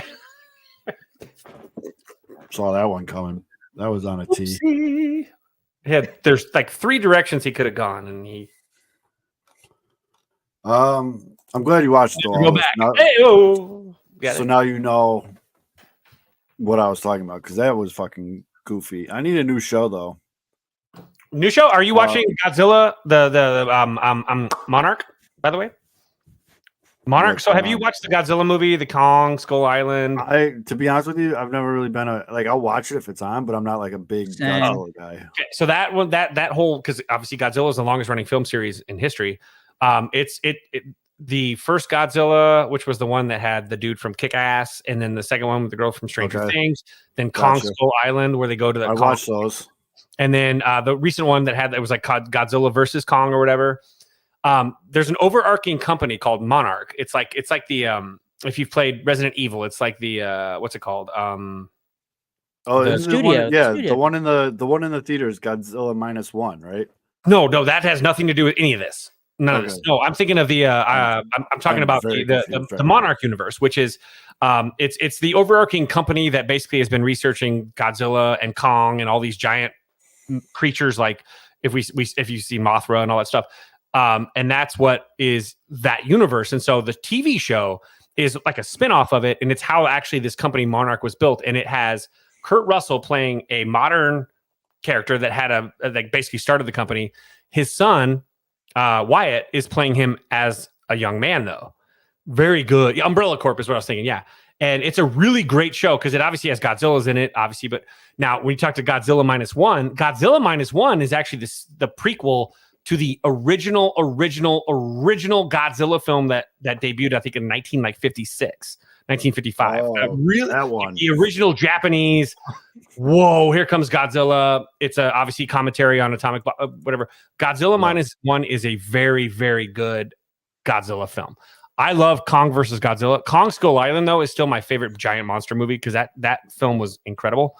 But now they have Kong. I'll tell you right now, I am so fucking lost. Like, I know. I'm sorry. -1 every time you say Kong, I just hear the word dong, and I get really distracted. So Godzilla -1 is the original Japanese property, so it has nothing to do with the Americanized version stuff. Then you have then the Godzilla, Kong, and like it's Godzilla plus Kong or something. The new one where they're fighting a bunch of Kongs now, a bunch of like other bad. You never know, Missy. He just shows up when he wants. It's a pretty sweet big Mitch around here.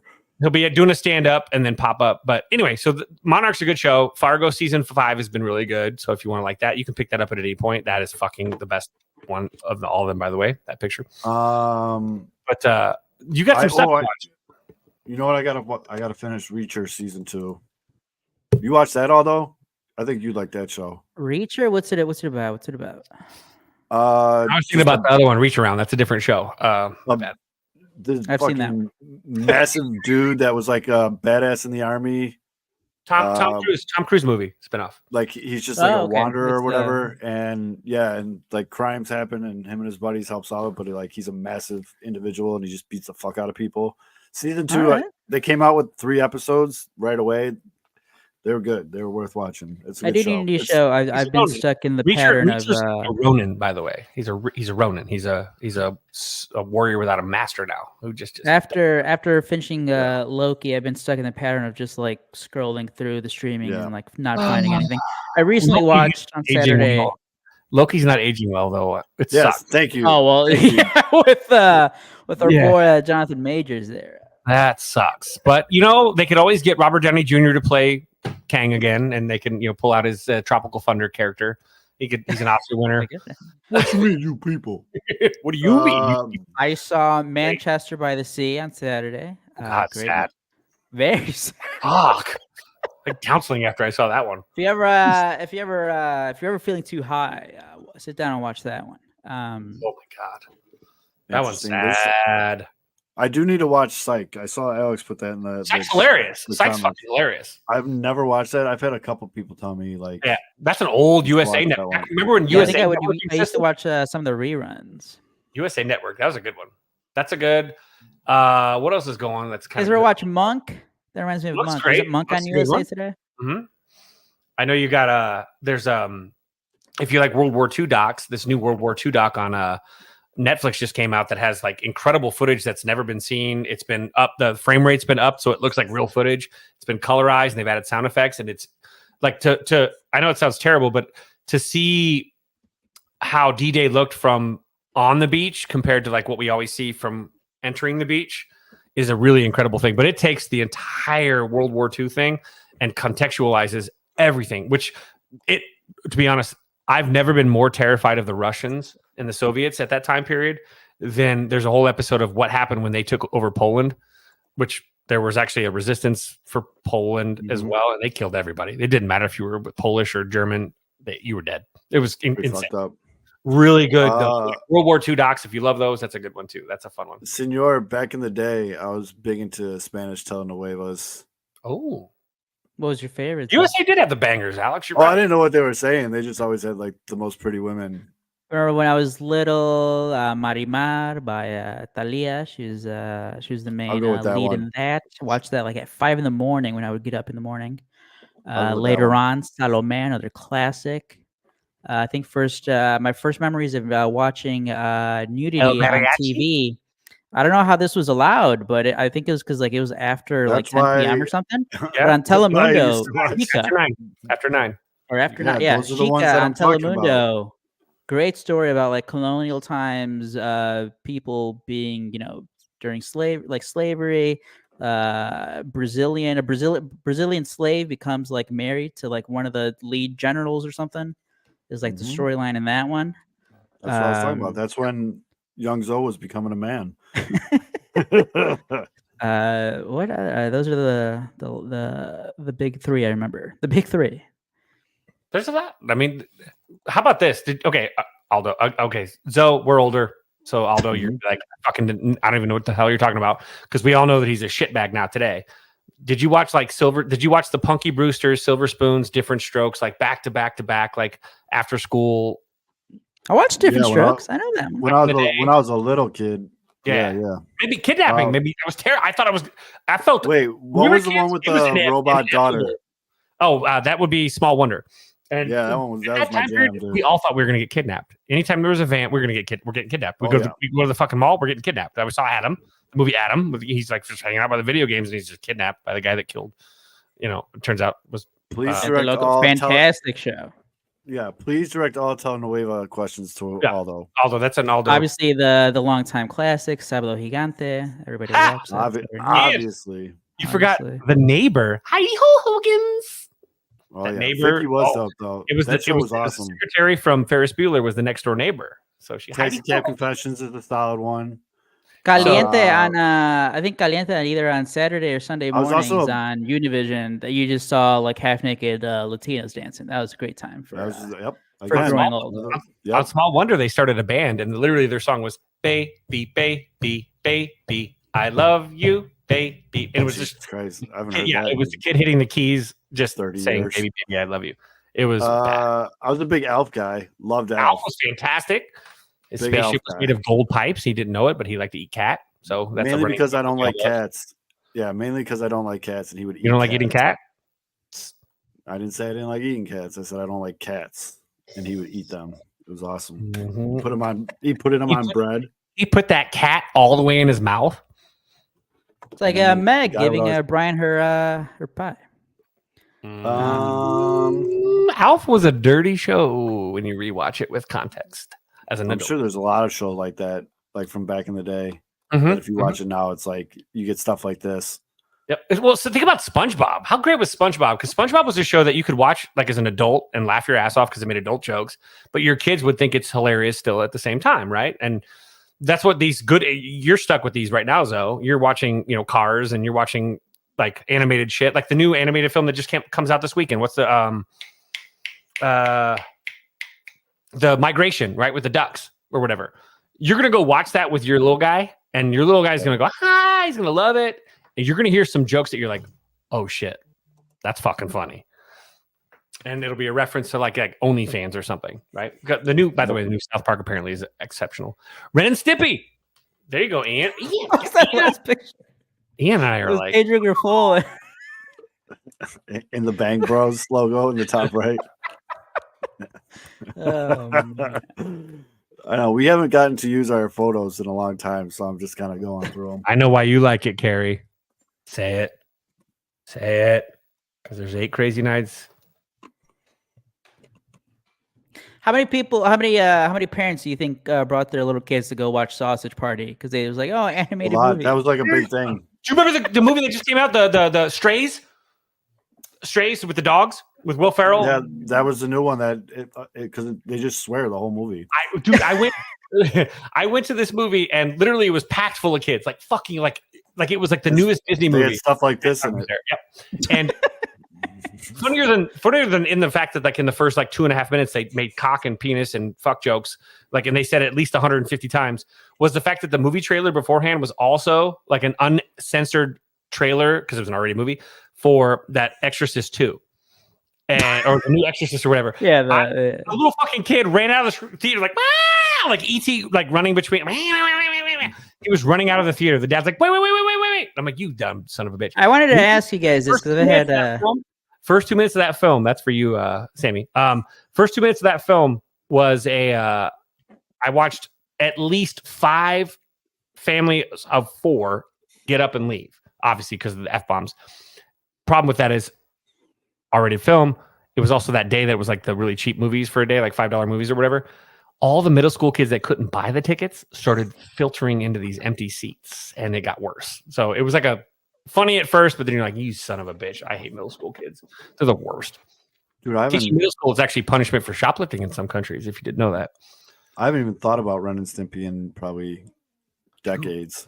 I showed that to my class a couple weeks ago because we were watching Maltese Falcon, and the character in there is literally, he goes, "You stupid idiot!" Like he literally, it's Ren, the actor that it's based on.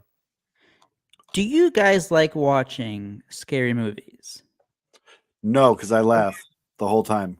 Yeah, I am a terrible person to watch scary movies for, because I laugh, and I think it's like a mechanism. I'm one of those, like, I've been this way since I was the a nervous kid. laugh.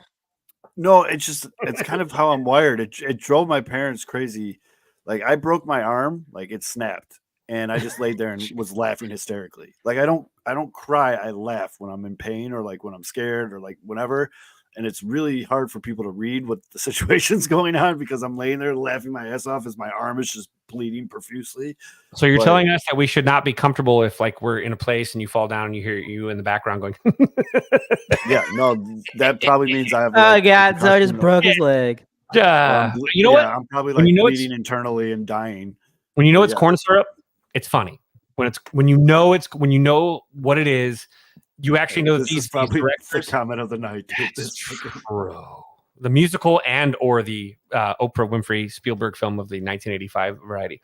But you have these, like, say, for example, Terrifier. I don't know. You guys probably have not seen any of these. Yeah. Terrifier 2 I thought was a fucking fantastic horror film, because it is literally what it is. It's the last girl, whatever, plot device, where you have the female lead that is basically tortured by this son of a bitch, whoever this character is, Freddy Krueger, whether, it's this clown guy that doesn't say words. It's like this evil entity. Yeah, and it's great to watch, because like it's the killing scenes that are kind of weirdly cathartic, because they're fake. It's all, again, it's corn syrup and what's the rubber that you wear on your face or whatever, the mask stuff. Anyway, don't wear rubbers. Anyway, it's funny because I dressed like Freddy Krueger, like seriously, like 6 times before I was 12 for Halloween. No shit. It's the idea that these are cathartic killing sequences by these directors that are actually why those directors are probably not out like actually doing it themselves. So you take Latex. Thank you, Ian. But these films are great for that reason. And you get like a Terrifier 2. If you haven't seen Terrifier 2, there was a bedroom scene. If you don't realize that it's latex and corn syrup, you might get grossed out. But when you know that it's that, you're like, this is pretty fucking funny. Because he literally, at one point in the movie, he actually whips a woman with a cat of 9 tails. Biblically, the most painful Roman torture device ever. I mean, especially like a lot of the old horror movies, dude. Like, you watch it and they're like, "Oh, we can go out this door and get in the car and drive away, or we can go in the shack in the back filled with chainsaws and knives." It's like, that's the last girl stuff. Now you watch Psycho, on the other hand, these are good suspense. So Alfred Hitchcock used to say this: the best kind of suspense is when you put 2 characters in front of an audience and you let the audience know something the characters don't know. So you have 2 characters on stage and they're talking about whether or not White Sox should have SoxFest for season ticket holders only or for the average plebe. And so you have these two people having this discussion on the stage, but the audience gets to see that under the stage there's an actual bomb that might go off, and it's going to go off, and it's a timer, and you have these two people talking on the stage that are oblivious to the timer, and underneath the stage, of course, there's this bomb that's going to go off, and then it ticks down and it never goes off. That's what you create with your audience, and that's what a good suspense is. And then they got the horror genre with the slasher stuff, and how many times you've had characters that were actually based on, say, for example, what's his name up in Wisconsin? Can you guys tell Ed that Gein? Fids teaches film class? Sorry, I'm nerding out. What's the guy's name from Ed Wisconsin? Gein. Ed Gein was the inspiration for Psycho. He was the inspiration for Buffalo Bill. He was the inspiration for Texas Chainsaw Massacre. This guy that actually literally only dig up his mom's bones and make lampshades out of human flesh in Wisconsin, who had like a IQ, like a 50 IQ, becomes like these massively incredible like serial killers from these movies that we watch now. So the slasher film shit is such a fun genre because the people that make it don't take it that serious. They actually try to think about how funny they can make these death scenes. That's why Nightmare on Elm Street 6 exists. I mean, I was thinking more of like who's the director? I think it's Ari Aster, like Hereditary, Midsummer. Oh, that's good. Midsummer. I remember watching Hereditary for the first time. I think that was one of the few times I've actually been, I guess, creeped out watching it. Like, because I think it does do a great job building up that suspense and How about the last like 20 minutes of that movie is some very good horror, I think. Have you seen Annihilation? Annihilation, I remember watching that. I haven't watched it a second time, but every time I hear someone talk about it, they talk about the creepy parts that at the time I didn't really focus on. But like listening to them talking about it, I'm like, oh shit, yeah, that was very scary. And that guy, the guy that wrote that, and the other film that he did really good, which is Ex Machina. Super chat us $5. Yep, yeah, that's all it'll take. I'll stop. But Ex Machina, he's also now directing a new film that's coming out called Civil War, which is literally a civil war today. And it's like Florida and California are like together, and like the Florida, or not Florida, California and Texas. Who's got the Navy? That's how I know who's win. And who's Chicago with? Chicago is part of Nevada. We are still together, actually. But there's like this whole northwest like thing. It looks very interesting. There used to be that meme that went around where they drew a line like down the middle of the country, and they're like, "Who's winning?" It's the east side of that line smokes the west side 10 out of 10 times. The company that made it's A24. Obviously, they actually released a fake map the other day that has like the broken. Here it is. Oh no, that's not it. That was a really funny parody of it. There's like a map that they created that shows like all the different Civil War like teams or whatever. And yeah, like Florida's all by itself. California and Texas are together, which is really strange to me. The Pacific Northwest has its own, but I feel like they're kind of like the go along to get along kind of like group. And then you have like the actual US still, which like is a weird angle. It probably looks like a penis actually when you look at it from the side. That goes all the way up to the Northeast and whatever up into Washington. But it's like it looks interesting because it's like they're moving on Washington. It's like whoa. Yeah, we got the Western forces, the Loyalist states, the Florida Alliance. I and see. then, California and Texas are together. Crazy. Who's Chicago with? We're the loyalist states. We're still part of the U.S., I guess. What part is the loyalist states? Who's all in that? We got Illinois. Wisconsin, Nevada, New Mexico, Iowa, Missouri, Arizona, Kentucky, Arizona, New Mexico. I need one more major state or major city. Oh, New York. I mean, it has the entire East Coast. The entire East Coast. Oh, the entire East Coast. Okay. It actually stops. Like, it looks like what's that? South Carolina. South Carolina. Yeah. South Carolina over there. Yeah, and you got like Tennessee is still in the Florida Alliance. This is the Florida Alliance is getting its ass whooped. I don't know what they're doing. Yeah, and the Western forces are just like whatever, guys. We're just gonna hide in the mountains. It's fine. But it should be a weird film. That makes me think of the She's right. Like the Man in the High Tower. We can't get 5 more. Oh, that's a great show. We can't get 5 more likes, so Missy can tell us why. She can tell us the truth, besides the fact that she doesn't like a one-eyed singer that croons. But in the future, our friends over at Marine Layer Podcast, they might get the invite back on because they're trying to swoop in on my sleeper free agent pick. Oh, there We you go. got I mean, give me the loyalist states. You I got mean, Chicago. yeah, what's going You on have here? Chicago, Detroit, Indianapolis, motherfuckers. You got all in New York, Oh, there it New is. Jersey. What do you guys The think? Western forces are just chilling. They're is this not a- trying to get into trouble. Is this No, in that's bad like- taste that they're making this movie though? Like when everybody's like really kind of like acting fucking like No, shit. it's topical. It's That's good. very, It's cathartic, it's- right? but that's very on the nose for A24 Studios. Yep. So I there think was it's this, hilarious that Texas and California are teaming up. so there was No, this they're on their actual- own. So Oh, are again, they? one of my favorite Public- shows is Westworld, right? Westworld, the producers, which is Jonathan Nolan, who did, Christopher Nolan's brother. They had this whole show about Civil War, and it was what would happen? It was like a Man in the High Tower. It was what happens if the Confederacy had won the Civil War, and it's today. So like it's the U.S. like in this weird imagination, idea or whatever that. So that's what I thought this was originally because it got shut down. They were like, that's too much. So HBO actually canned this whole concept, which was I thought actually would have been great for discussion, but they killed it. But Oh, see, I think that one would have been more sad because, like, Yeah. the Confederates are the one we're talking about. well, you go to the Man in the High Castle too, though. Like There's have you still watched? slavery going? Have you seen Man in the High Castle, Aldo? It's the Germans. Germans, That's a good Japanese won the show. war. So like literally, like San Francisco, the West Coast is owned by So Japan. West Coast is Japan, East Coast is Nazis, and then down the middle is like the unclaimed zone, like people Colorado. can live there. But it's wild though. Like Yep. it's a good show to watch because it's a what if Mhm. show that like it actually could have happened if like They shit find, went and they sideways. find footage of the U.S. winning the war, which is crazy. Well, that's so, where like- shit gets weird. That's when shit gets like different multiverses and stuff. Like they find a Yeah, it a, gets a, fucking, a can reel of like the U.S. storming Normandy and winning and defeating at the Eagle's you Nest lose or me whatever. there. Sorry, It World War gets II weird. ended at the Eagle's Nest, but so yeah, those are. Hey fun. man, if Germany doesn't go into Russia in the winter, Do you know what we could've really waited. need though? They could have waited. We need a better college Really? baseball movie. We need a good college baseball movie because everybody wants some was great, but we need something else. I feel like that's Modern one. pretty What's doable. the last 'cause good comedy you guys watched? Hmm. I feel like the 2010s, 2020s.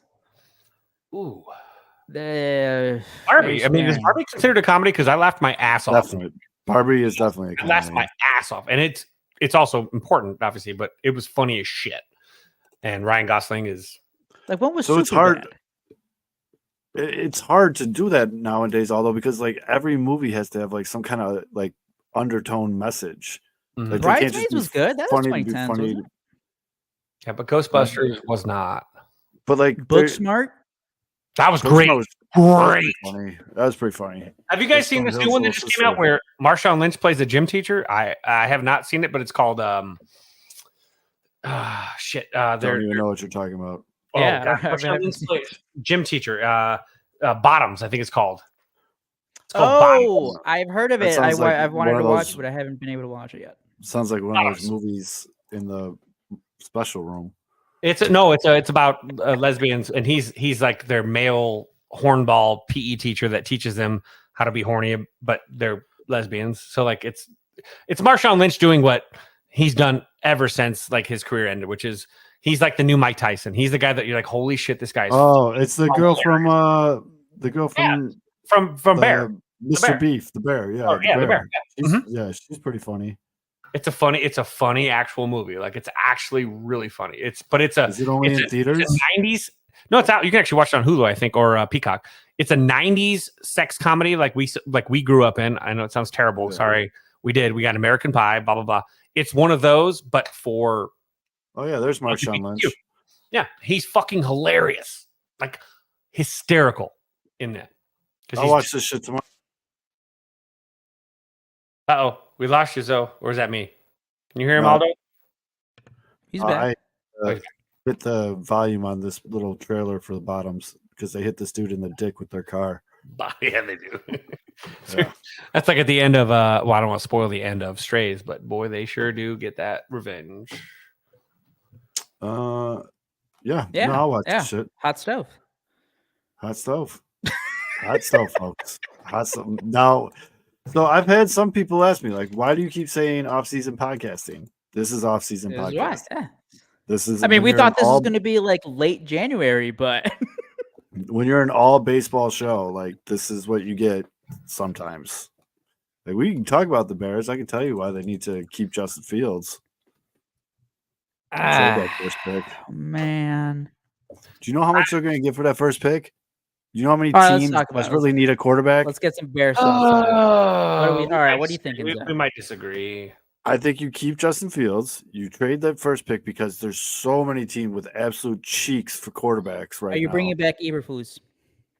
No. See, that's my problem. That. So I think here's Kevin, you tweeted it that whoever the next coach is, have him decide. But I think I just want Correct. a completely new slate, or a completely new slate. I don't don't want the new coach picking Fields because then he goes, all right, Justin Fields, we give him 2 more years. Oh wait, he didn't work. He wasn't the guy. Let me pick a new quarterback. Now that head coach gets an additional 2 years when maybe he doesn't deserve it. I just want a clean slate. I know I'm a Justin Fields fan. The coaching does suck. Luke Getsy's garbage. It's just bad. I think they bad timing. They could even Terrible timing, but I want a clean slate. I want this team to function like a normal franchise. How did it work for Houston this year, taking in a brand new head coach and a rookie quarterback? They're going to make the playoffs because they came in together. I forget what the stat is, but when is the last time the Bears had a head coach and like a GM and rookie QB? When? Same page, right? Bring them in together. Never, or right. Forever ago. I just want a clean slate, function like an actual NFL fucking franchise. And I love Justin. I like Justin Fields is an absolutely freaking-tastic human being. He has said the right things. Mitch Trubisky said the right things, but was not even half the talent. We could joke about that. But the fact is, Justin Fields does a lot of things right. But we've known this since he was in college, that his processing takes too much time when it comes to the pocket stuff. This is what, when you have an elite line and you have elite receivers, he looked fantastic in college, but his decision-making was still not like as a predictable kind of like concept. He's great. He says he's a good guy. He's done a lot of stuff for the community. It sucks, but he also deserves a fresh, clean start with a coaching staff that will treat him. He has come into a situation where Matt Nagy didn't want him. And then he got a new coaching staff that didn't draft him. And he's had to deal with all this bullshit. So you never know whose interest they're cared about in the first place. I wish him the best. He'll get probably a second round pick. I wish him, I hope he fucking burns the Bears, to be honest. Like because he's gonna take the Falcons to the playoffs, probably. Yeah, that's gonna happen. Yeah, the Bears weren't prepared. Justin Fields is a good quarterback. I truly believe that, but I just can't have the same cycle.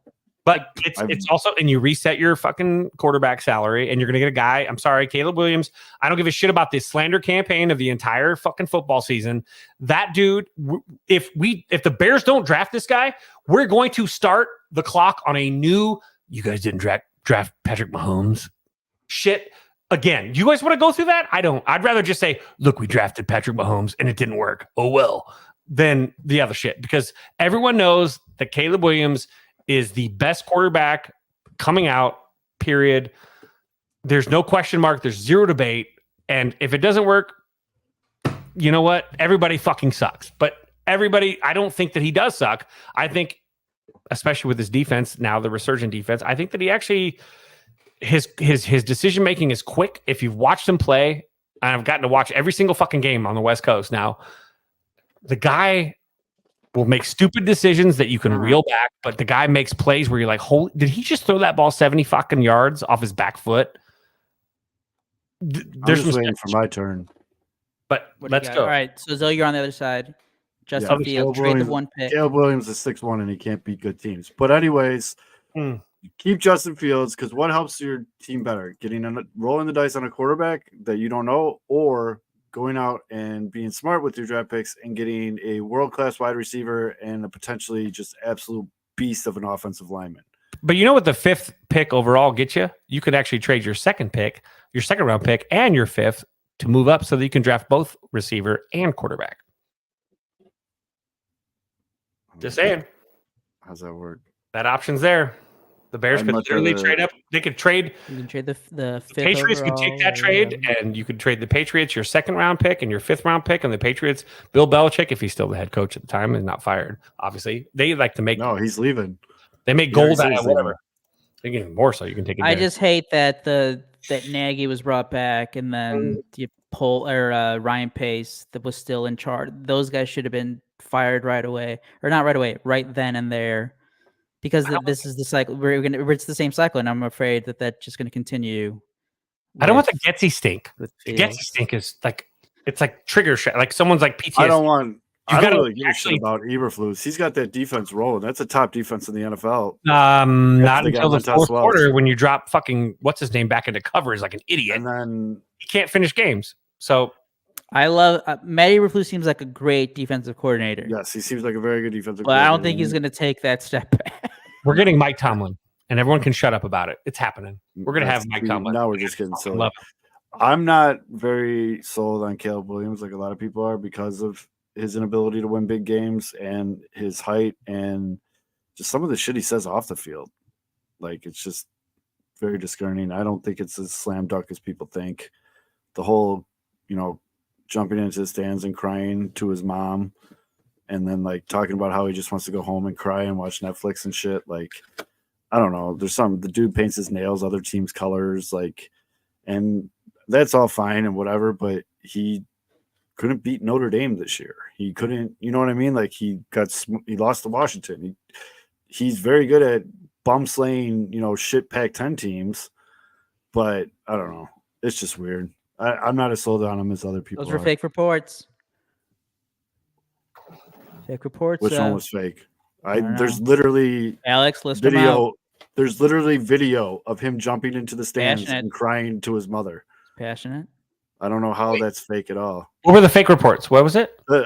Him going home and saying he wants to cry and watch Netflix, that's probably fake. Oh, dude, But him jumping into the stands and crying You're talking about Caleb Williams, right? Yeah, crying on jumping into his mom's lap and crying on TV because he lost.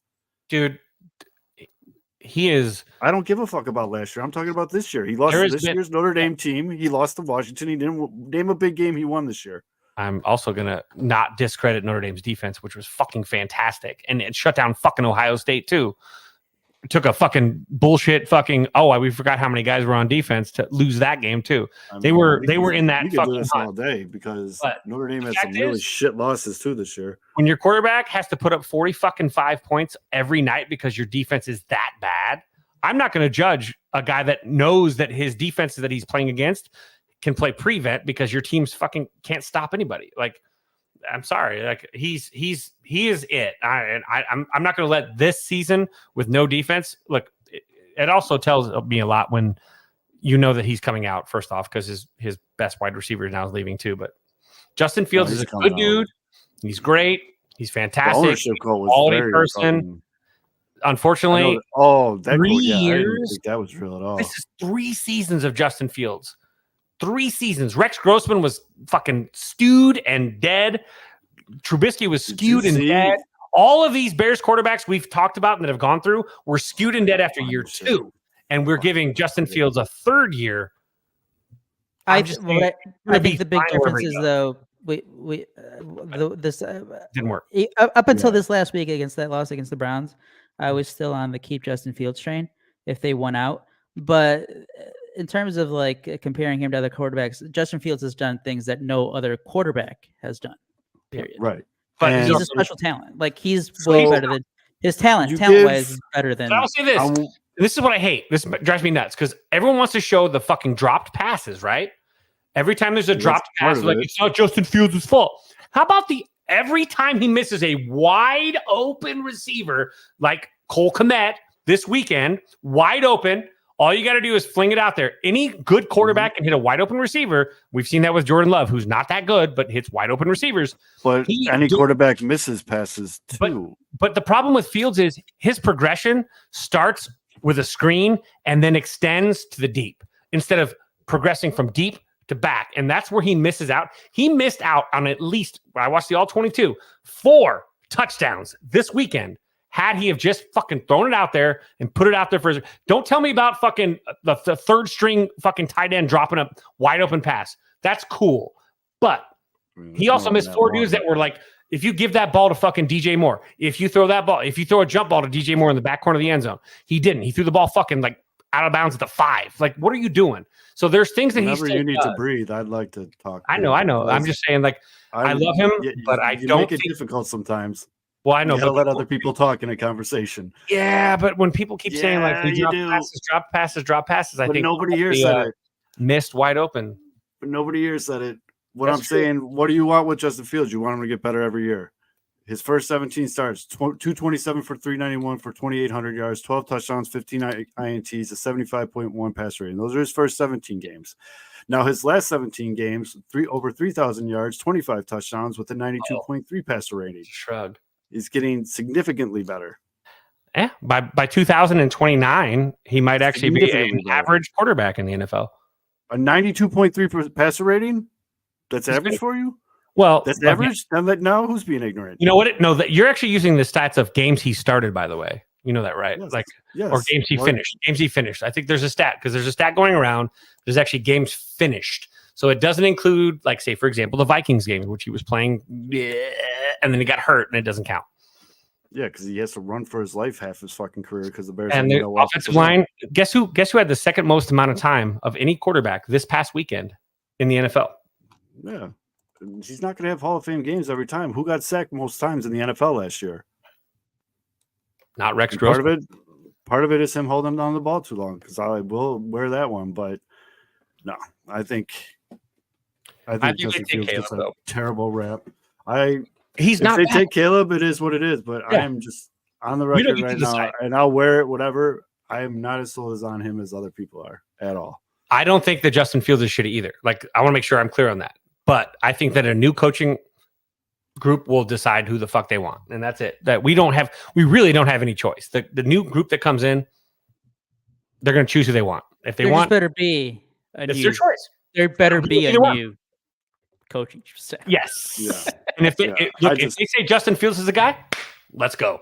That's I have to say, you deserve that. I'm not going to pretend to be an NFL scout here, but the guy who flipped from Georgia to Nebraska, writing that poem to make his announcement, bust. He's going to be terrible. GPT. He's going to be terrible. Oh, that was so bad. So bad. Nebraska thinks they're bag after that. No. That step back. They're going the other way now. Yeah. And that was terrible. With the whole draft thing, I feel like trading, you can get way more than they got last year for trading out of that spot because how bad. You're not going to get a DJ Moore. Sorry. He's so good. I would trade the one pick to the Panthers again. You guys all praise Caleb, right? If he's a better prospect coming into the draft than the other ones last year, and there's so many teams that need a quarterback this year, you'll get more for the first pick. DJ Moore has 1,000 yards receiving with human can openers. That's the thing. Like, Justin Fields is operating with literally like Browning with Jamar Chase, Browning without Jamar Chase. You're seeing what a guy like DJ Moore is the most underrated goddamn wide receiver in the fucking NFL, and it pisses me off. I will agree with that. That guy is like literally throwing up 1,000 yards with noodle arm Cam Newton. So not real Cam Newton, like the faded Cam Newton, noodle arm. And then all these, like, god dang, he had big games with Badger, for God's sakes. Like, that dude is so good. So good. Like just trading a first round pick for him is a win because he's a first round talent. More teams that need a quarterback, and if Caleb Williams is this massive talent that everyone says he's going to be, people will pay a higher price than him than they did for the quarterbacks last year. So they can get more for the first round pick, and you can add more pieces to your team, solidifying the team in more spots than one. Yeah, but you really don't have to do that now when you have an elite defense. You just need a better offensive line. You can actually do that via. There's definitely holes on this defense that can be addressed in this draft. This is a very heavy O-line draft. This is very heavy. There's a lot of D edges in this draft, and it's actually a pretty good wide receiver draft. So they better get one of the good ones. So can we agree on this?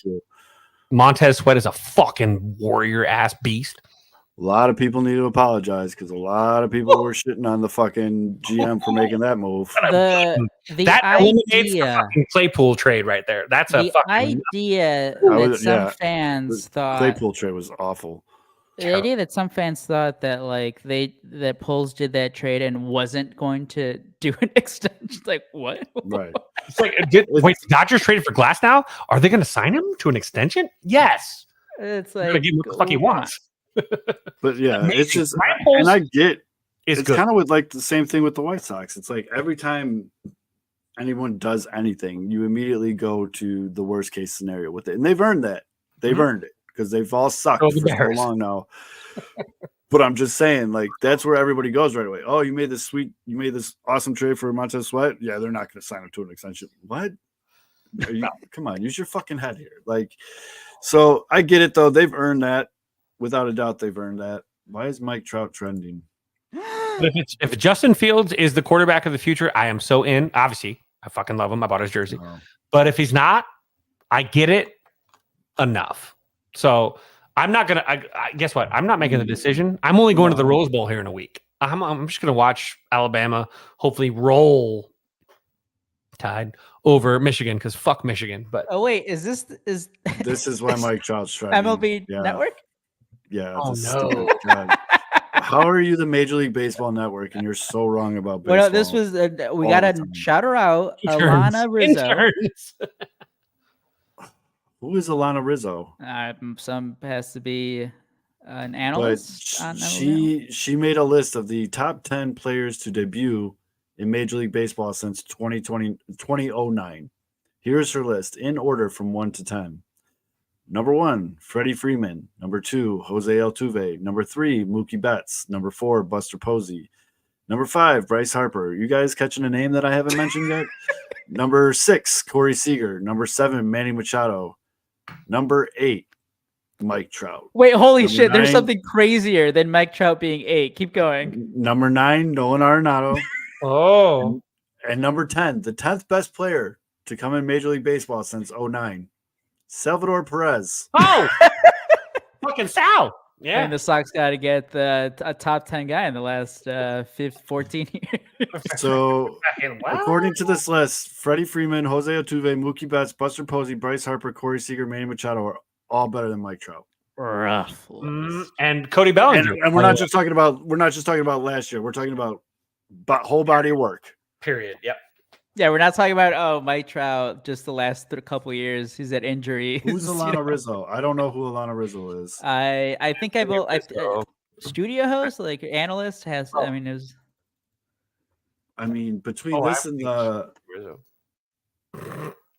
Between this and the fucking, I know it's different networks, but between this and Ben Verlander saying Ohtani's the biggest signing in Dodgers history, like, who are we putting on TV? Like, what is going on right now? Oh, she has her own website. Here we go. Is an American sports reporter who was part of the Dodgers broadcast team from 2013 through 2020. She joined MLB Network in 2021.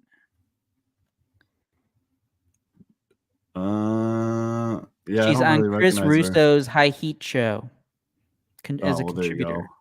There you go. Yeah, Chris there you Russo just has been poisoning her brain. Oh, she used to work the Dodgers. She was a Dodgers beat reporter, so that explains Freddie Freeman, number 1. And Mookie Betts. I mean, And Mookie Betts again, number these are 3. great players, but All great players, but none of them are better than Mike Trout. well, I would say Salvador Perez. I don't. Yeah. Oops. This is what happens when nothing happens in the offseason, guys. Wow. They have to do Oh, offseason. they're like- Zero.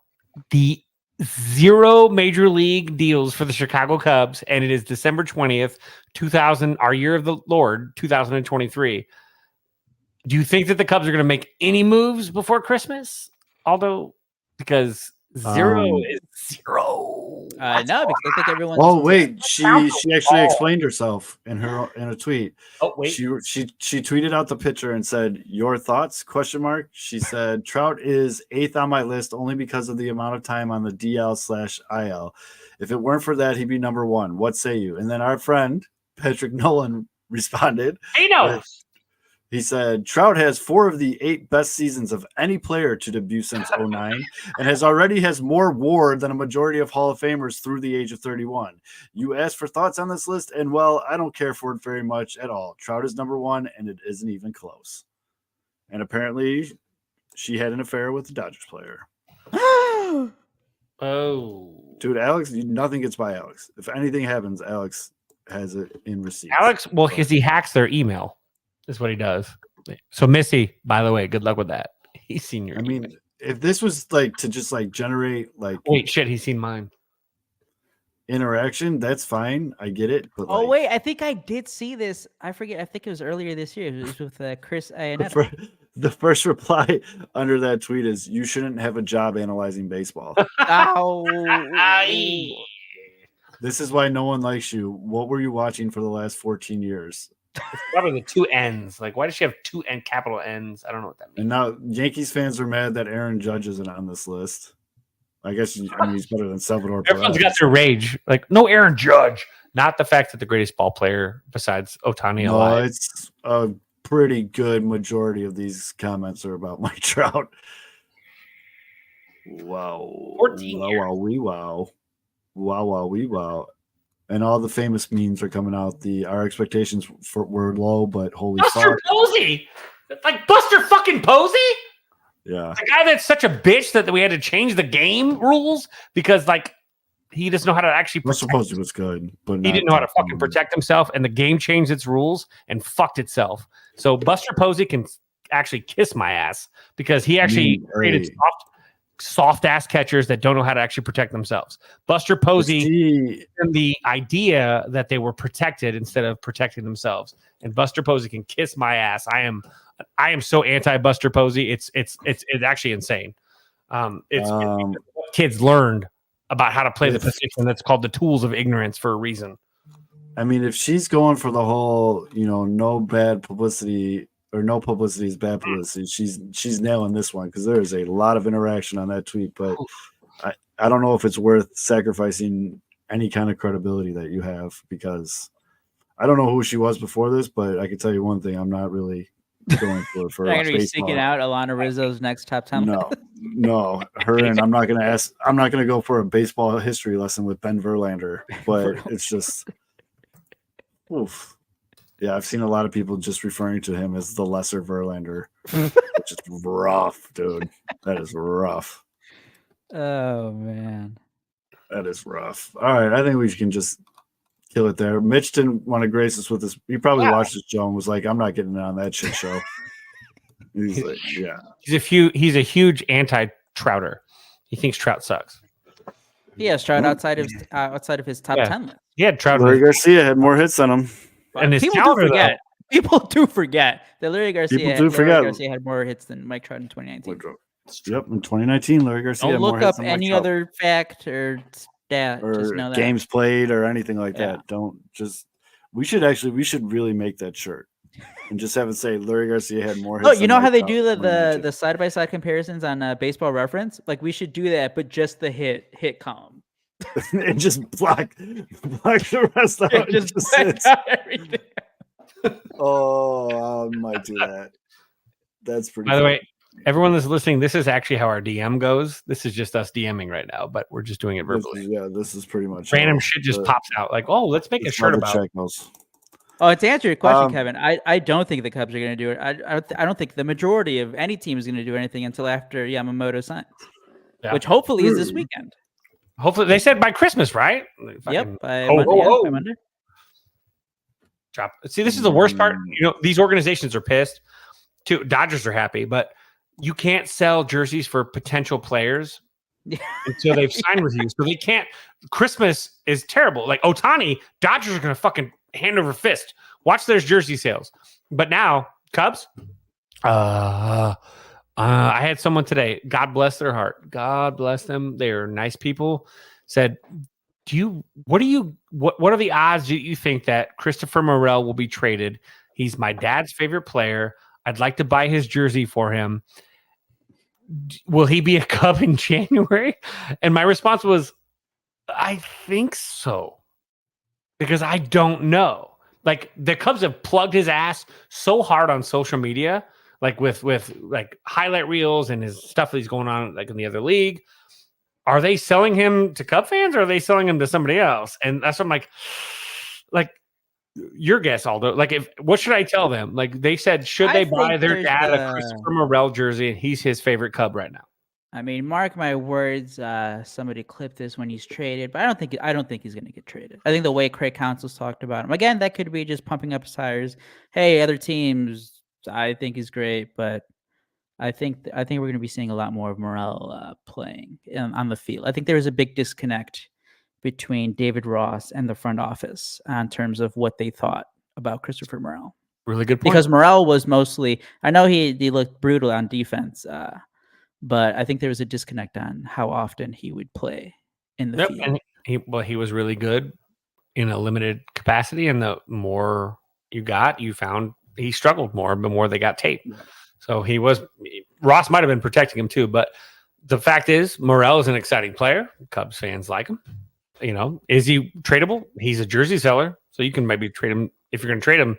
That's a selling piece, but I felt bad. Nico Horner jersey. He's going to be around for like 3 years. Nico freaking Horner. Obvious shirts and 20 for Horner. Oh, but you know what? We don't, and you can't judge, and even Sox fans too. Can you judge anything until spring training? Like till this is all done?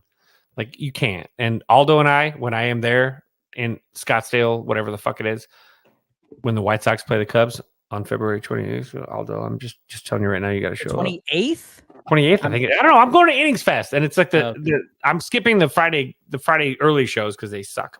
Anyway, and I'm going to the Cubs. It's Cubs Sox. So if it's the 28th, I'm definitely not here. Oh no! If it's the week before, I'll still be here.